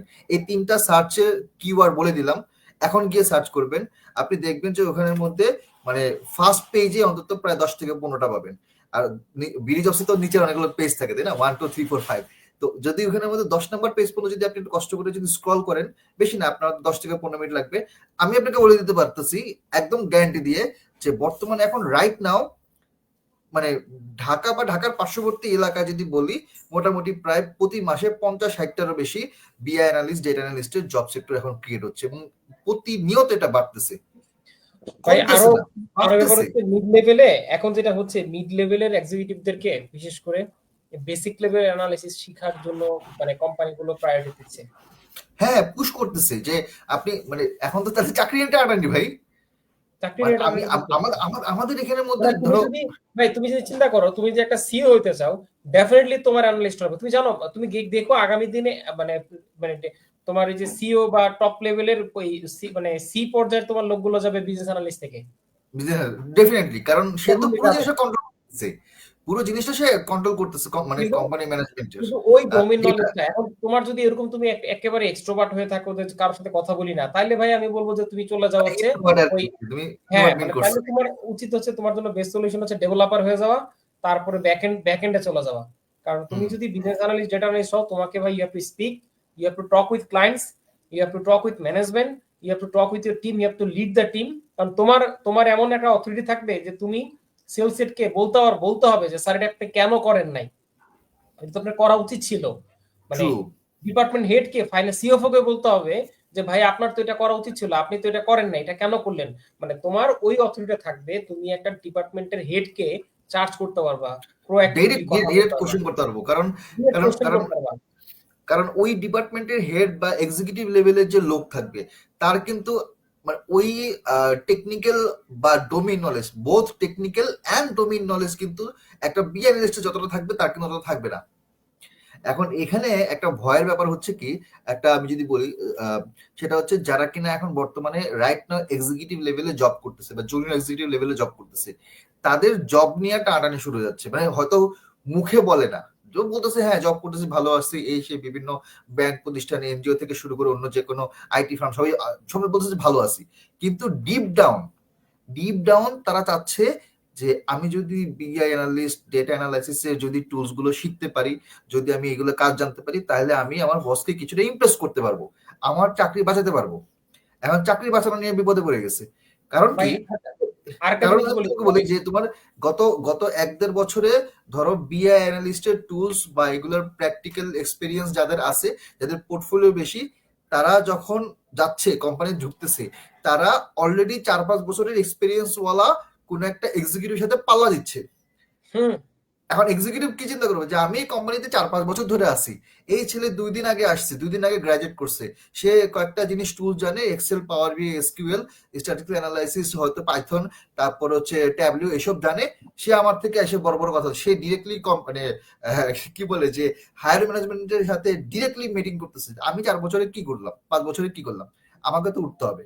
তবে ভাই এই একটা যে জিনিস বলবো, গার্মেন্টস সেক্টরে, গার্মেন্টস ইন্ডাস্ট্রিতে দেখো বা অন্য ইন্ডাস্ট্রিতে এত যে ইন্ডিয়ান বাংলাদেশে বা প্রেক্ষাপটে এত বাইরের থেকে হুম লোক হুম কেন হুম আসে হুম। জানো? একটা বড় রিজন হচ্ছে সে মিড ম্যানেজমেন্ট চালায় আসছে, তারা যেটা ভালো জানে, তারা একটা ডেটাকে ভিজুয়ালাইজ করতে পারে, প্রেজেন্ট করতে পারে এবং কমিউনিকেট করতে পারে। এই স্কিলটা আমাদের মধ্যে খুবই কম। খুবই কম। আমাদের টপ লেভেল ম্যানেজমেন্ট বা আমার বোর্ড অফ ডিরেক্টর হয়ে গেছি, বা আমাদের এক্সাম্পল ডিপার্টমেন্ট হেড অনেকেই আছে যে তারা সিম্পল এক্সেল একটা চার্টও বানাইতে পারে না।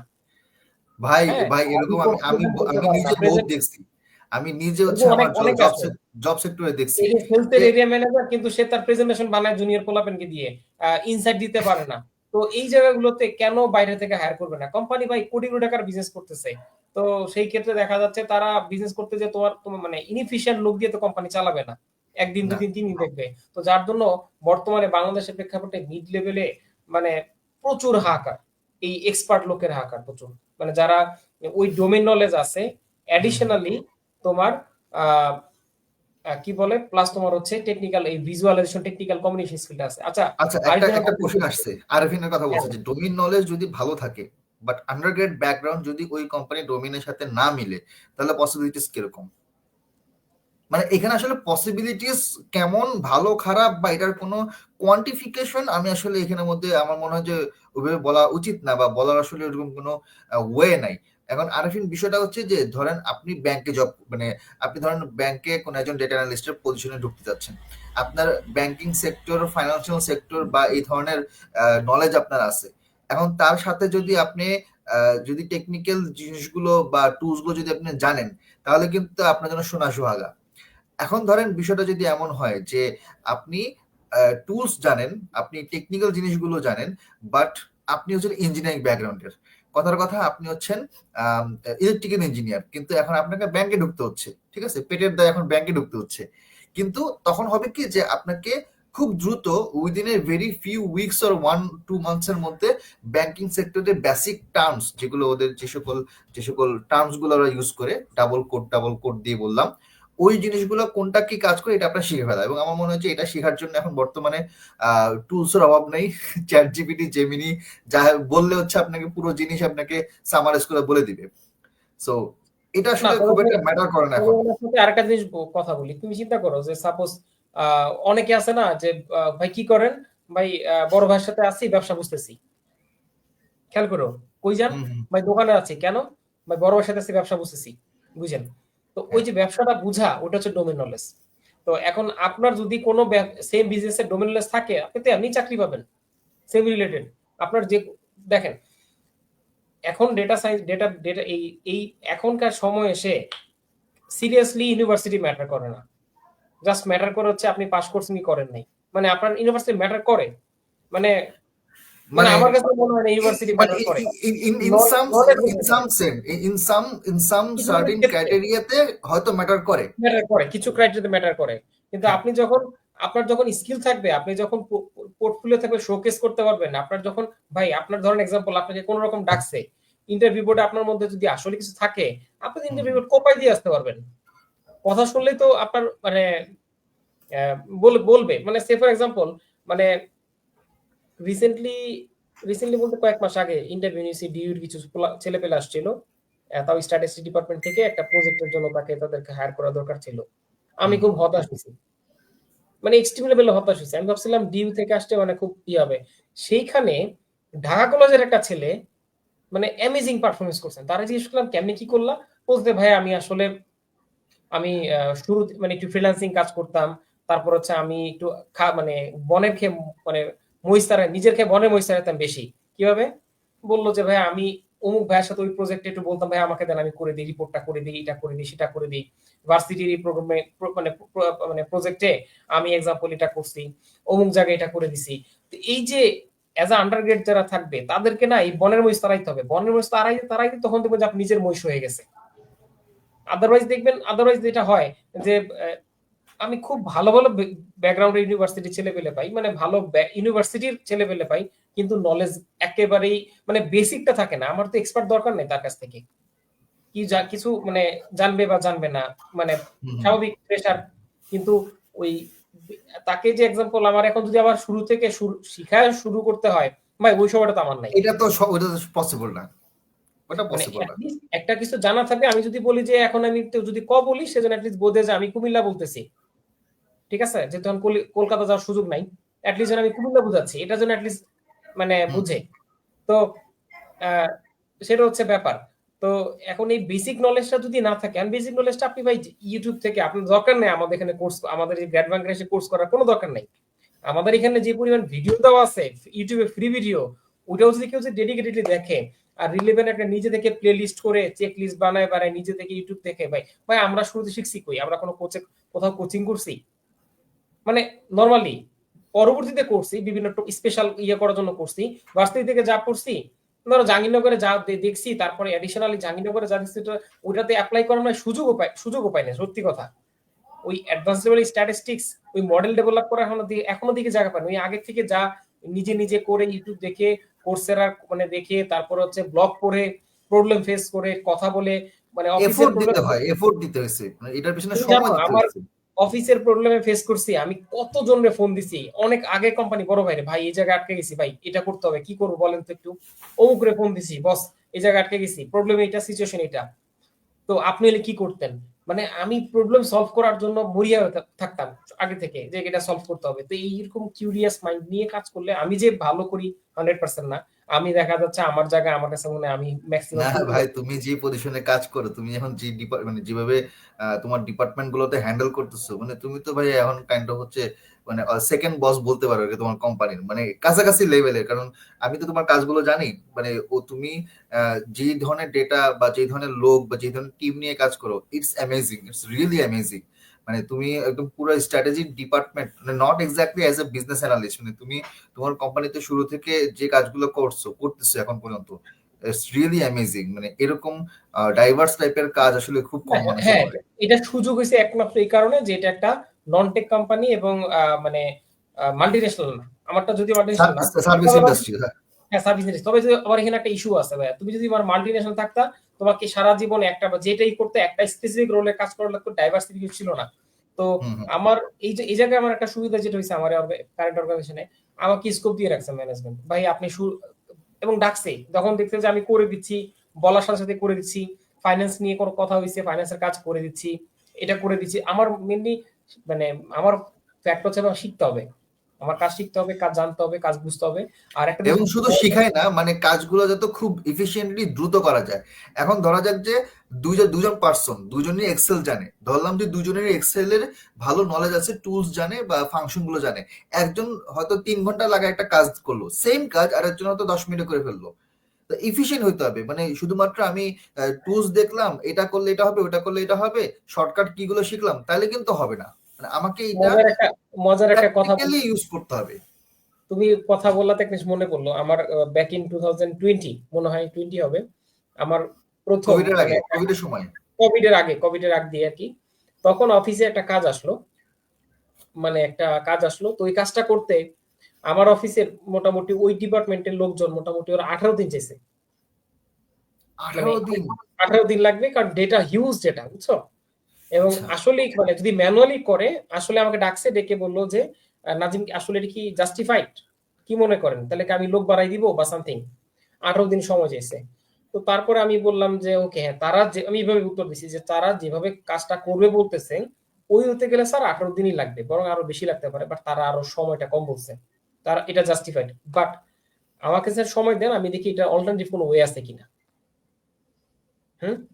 যে তখন কি করলাম, আমি এটাকে সিম্পল এক্সেলে পাওয়ার কোয়েরি দিয়ে কাজটা মানে বেসিক লেভেল কিছু কাজটা করে দিলাম। মাত্র আমার কাজটা করতে 4.5 ঘন্টা সময় লাগছে, সবার কমপ্লিট করতে। মানে ব্যাপারটা বুঝছো জিনিসটা। তো ওই 18 দিন করবে, তাদেরও তো একটা, তাদের পিছনে কোম্পানির টাইম যাবে, সবকিছু যাবে। তো ব্যাপারটা হচ্ছে আমি একটু টুলস গুলো দেখে বা এইগুলো প্রবলেমটা বুঝে কাজটা করে ফেলছি। তো ব্যাপার একটা জিনিস কি ভাই, আমি এন্ড অফ দ্য ডে আমি সবসময় যেটা বিলিভ করি, যে তোমার যদি 1 লক্ষ টাকা ইনকাম করার যোগ্যতা তৈরি হয়, আল্লাহ তাআলা কোনো না কোনো ভাবে তোমাকে ওটা দিবেই। তো অফিসে স্যালারি কি দিল বা তোমার জব রোলে স্যালারি কি হলো না হলো, ওটা ফ্যাক্ট না, ফ্যাক্ট হচ্ছে তুমি কতটুকু কাজ পারো, কতটুকু কাজ শিখতেছো। তুমি তোমার অফিসে, যেমন আমার মানে এমন কাজ, মানে আমাদেরকে কোচিং করানোর ক্ষেত্রে বা যেগুলো লাগে, যে অনেক কাজ শিখতে হয় যেগুলো আসলে আমার অফিসে জীবনও লাগেও না, কিন্তু বাদ দিয়ে আমার শিখতে হয় কেন, কাজ এটা আমাকে আরেকজনকে ডেলিভারি দিতে হবে বা বুঝাইতে হবে। তো এটাই বলতেছে যে আপনারা মানে স্কিল সেট তৈরি করেন, যারা শুনতেছেন। যদি সংক্ষিপ্ত করি আজকের কথা এখানেই, যে আপনারা একটা লিস্ট করেন 25 সালে, প্রথমে মানে কিন্তু সমস্যা যেন কি, আমাদের একটা সমস্যা আছে, মানে এটা আবার বললে হচ্ছে অনেকে মাইন্ড করে, এটা হচ্ছে আমাদের সবারই একটা প্রবলেম হচ্ছে ভাই, মানে কোর্স করলে কি আপনারা চাকরি দিবেন? মানে এটা হচ্ছে কথা, আমি কত টাকা ইনকাম করব কোর্সটা করতে পারলে, জব দিবেন কি আপনারা? এখন এটা তো একটা সমস্যা, কারণ জব তো আসলে আমরা সরাসরি কাউকে গিয়ে করে একটা কোম্পানিতে গিয়ে মানে আমি একটা চেয়ারে বসাই দিতে পারবো না যে হ্যাঁ এই যে আপনার চাকরি দিয়ে দিলাম। আপনাকে এটার জন্য নিজেকে তৈরি হইতে হবে, প্রিপেয়ার হইতে হবে। এটার জন্য আপনাকে ওইভাবে হচ্ছে নিজেকে একটা একটা সার্টিন জায়গায় নিয়ে যেতে হবে। এখন আমরা আপনাকে ওইটা জায়গায় নিয়ে যাওয়ার জন্য যতটুকু দরকার ততটুকু আমরা, বা তার চেয়ে বেশি আমরা আপনাকে হেল্প করতেছি বা সাপোর্ট দিতেছি। বাদ বাকিটা কিন্তু আপনার উপরে। না আমি আমাদের কিন্তু নলেজ লিমিটেশন আছে 100%। আমরা হ্যাঁ। বলবো না আমরা সব জানি সব বুঝি, আমাদের চেয়ে তো অনেকে ভালো, মানে ভালো অর্গানাইজেশন আছে করাচ্ছে। হুম আপনাদের হুম যেখানে ভালো লাগে করেন, নো ম্যাটার। বাট কথা হচ্ছে আপনাকে আগে আগে বেসিকটা, ওই যে বললাম না, ভাষাটা বুঝতে হবে। আপনি চায়না যাবেন, কথা বলবেন কমিউনিটির সাথে, ইংলিশ বললে বুঝবেন না, চায়না চায়না শিখতে হবে। তো আপনাকে চিন্তা করেন যে কোন কোন ডোমেনে যাবেন, এবং ওই হুম হুম ডোমেনের বেসিক স্কিলটা কি, ওই ডোমেনের হুম হুম কোর নলেজ কি থাকে, রিপোর্টিং কেমনে করতে হয়, একটা সিম্পল রিপোর্ট। মানে আপনি একটা মিটিং এ ঢুকছেন, আপনাকে ডাকবে, আপনি একটা মিটিং নোটস নিতে পারেন না, এক্সাম্পল, আপনি প্রপারলি মিটিং মিনিটস বানাইতে পারেন না, তা আপনার প্রশ্ন করবে যে আসলে আপনি তাহলে কি শিখলেন। এগুলো হচ্ছে বেসিক একটা প্রপারলি যে কোনো একটা ঘটনাকে সামারি করে নোটসে কনভার্ট করা, তারপরে রাইট। হচ্ছে কোনো একটা ঘটনাকে আপনি ডেটাতে কনভার্ট করা, একটা সামারি করা, রিপোর্ট করা। এই জিনিসগুলো আসলে হচ্ছে বেসিক। তো এইগুলোই কোম্পানি চায় ইনিশিয়ালি। তো আপনার কাছ থেকে কেউ কোম্পানি চাবে না, আপনি আজকে যাওয়ার পরেই কাল বলবেন না যে আপনাকে এটা দিয়ে মানে আহামরিটা বানায় দেন। যদি না ওই কোম্পানির টেকনিক্যাল জব রোল ওইটাই হয়, তাহলে ওরা এক্সপার্ট হায়ার করবে ডেফিনিটলি। তো এই আরকি। ওকে, তো সো অনেক কথা হইলো। আর আচ্ছা, বছরের শেষ দিন তো এইজন্য তুমি আমারে বলছিলে ০.৫ ঘন্টা আমরা আজকে মানে জাস্ট একটু আড্ডা মারবো আরকি। কিন্তু তুমি মানে ১.৫ ঘন্টাটা মানে পুরো চলে গেল দেখো। না, টাইমিংটা না। ডেটা সায়েন্সের যে এই ধরনের বিষয়গুলো হচ্ছে খুবই সেন্সিটিভ বিষয়, বুঝছো? মানে এগুলো নিয়ে কথা বলা শুরু করলে কথা শেষ হবে না। মানে তুমি আমি যদি কথা বলা শুরু করি সারা রাত চলে যাবে। কারণ মানে এমন না যে আমি আমি তোমার আর আমার হচ্ছে পার্সোনাল বিষয় নিয়ে কথা বলতেছি, ঠিক আছে, হাজির আলাপ করতেছি, কাজের কথাই বলতেছি। কাজের কথা যদি আমরা শুরু করি তাহলে এখানে অনেক কিছু আসলে বলার আছে। তো যাই হোক, একদম মানে শুরু থেকে যারা ছিলেন, মানে যারা এই মুহূর্তে লাইভে দেখতেছেন, যারা একদম শুরু থেকে পুরো ১.৫ ঘন্টা বা তার চেয়ে বেশি সময় ধরে আছেন, থ্যাংক ইউ সো মাচ। আর এটা আমাদের পেজে সেভ থাকবে, পরে কোনো এক সময় আপনারা দেখে নিতে পারবেন পুরোটা। তা আমরা আসলে আজকে এখানের মধ্যে শেষ করতে চাচ্ছি, যেহেতু বছরের শেষের দিন, তো মানে বছরের শেষের দিকে চলে আসছে, তো এটা আমাদের লাস্ট ওয়েবিনার। তারপর আমরা সামনের সপ্তাহ মানে হচ্ছে নতুন বছর ধরে থেকে আর কি আমাদের বাকি যারা মেন্টর আছে বা আরো অন্যান্য যে টপিক গুলো আছে সেই টপিক গুলো নিয়ে আমরা আলোচনা করব। অনেক কিছু নিয়ে কথা বলার আছে, এবং অনেক সময় দেখা যায় যে আপনাদের কিছু কোশ্চেন থাকে যে ভাইয়া এটা আনসার কি, বা এইভাবে করলে কি হবে, এটার স্কোপ কি। মানে আজকে আরেফিন, কামরুন নাহার, দীপ চৌধুরী, আরমান, এদের মধ্যে অনেকেই আমাদের হয়তো এখানে আমাদের ৩ জন হচ্ছে আমাদের রানিং স্টুডেন্ট। অনেকে হচ্ছে এখন হয়তো ইন্টারেস্টেড, কোর্স হয়তো করবে কি করবে না ইন্টারেস্টেড আছে, মানে ডিলেমার মধ্যে আছে। সো গতকাল একটা ডেমো ক্লাস হলো, আজকে আমরা একটা ডিসকাশন করলাম, এটা বলতে বলেন যে ১.৫ ঘন্টা ডেমো ক্লাসের মধ্যে। সামনে আগামীকাল আরেকটা টপিক নিয়ে কথা বলবো, তারপর আরেকটা। তো এরকম না, আগামী আরো ৩-৪টা দিন আমরা বিভিন্ন বিষয় নিয়ে কথা বলবো। এবং এটা এমন না যে আমরা প্রথমবার করতেছি, আমরা মাসে দেখা যায় যে এরকম ২-৩টা ৪টা-৫টা ডেমো ক্লাস বা বিভিন্ন ডেমো সেশন আমরা করিয়ে থাকি। হয়তো আমরা মেন্টররাও করি, হয়তো আমি নিজে একা করি, অথবা আমাদের এক্সিস্টিং কোনো স্টুডেন্টকে নিয়ে করি, অথবা কোনো একজন বাইরের কোনো গেস্টকে নিয়ে করি। যাই হোক, করি আমরা। তো ঠিক আছে, থ্যাংক ইউ সো মাচ। আর বাকি যারা আপনাদের যদি কোনো কোশ্চেন থেকে থাকে আমাদের এখানে কমেন্ট বক্সে লিখে রাখেন, আমি অথবা আমার কোনো টিমের কেউ অথবা নাজিম আমরা এখানে রিপ্লাই দিব। আর আগামী নেক্সট যেই কালকে পরশুর ডেমো ক্লাসগুলো হবে আমাদের কমিউনিটি গ্রুপে জয়েন হয়ে থাকেন, ওখানে আমরা লিঙ্ক গুলো দিব, ক্লাসের লিঙ্ক, সেশনের লিঙ্ক দিব। আর আজকেরটা তো আমাদের ফেসবুকে পেজের ভিডিও সেকশনে আপনারা পেয়ে যাবেন। Okay Nazim, thank you so much, অনেক কষ্ট দিলাম ভাইয়া, ঠিক আছে, থ্যাংক ইউ, আল্লাহ হাফেজ, সবাই ভালো থাকবেন, গুড নাইট, আসসালামু আলাইকুম। আসসালামু আলাইকুম।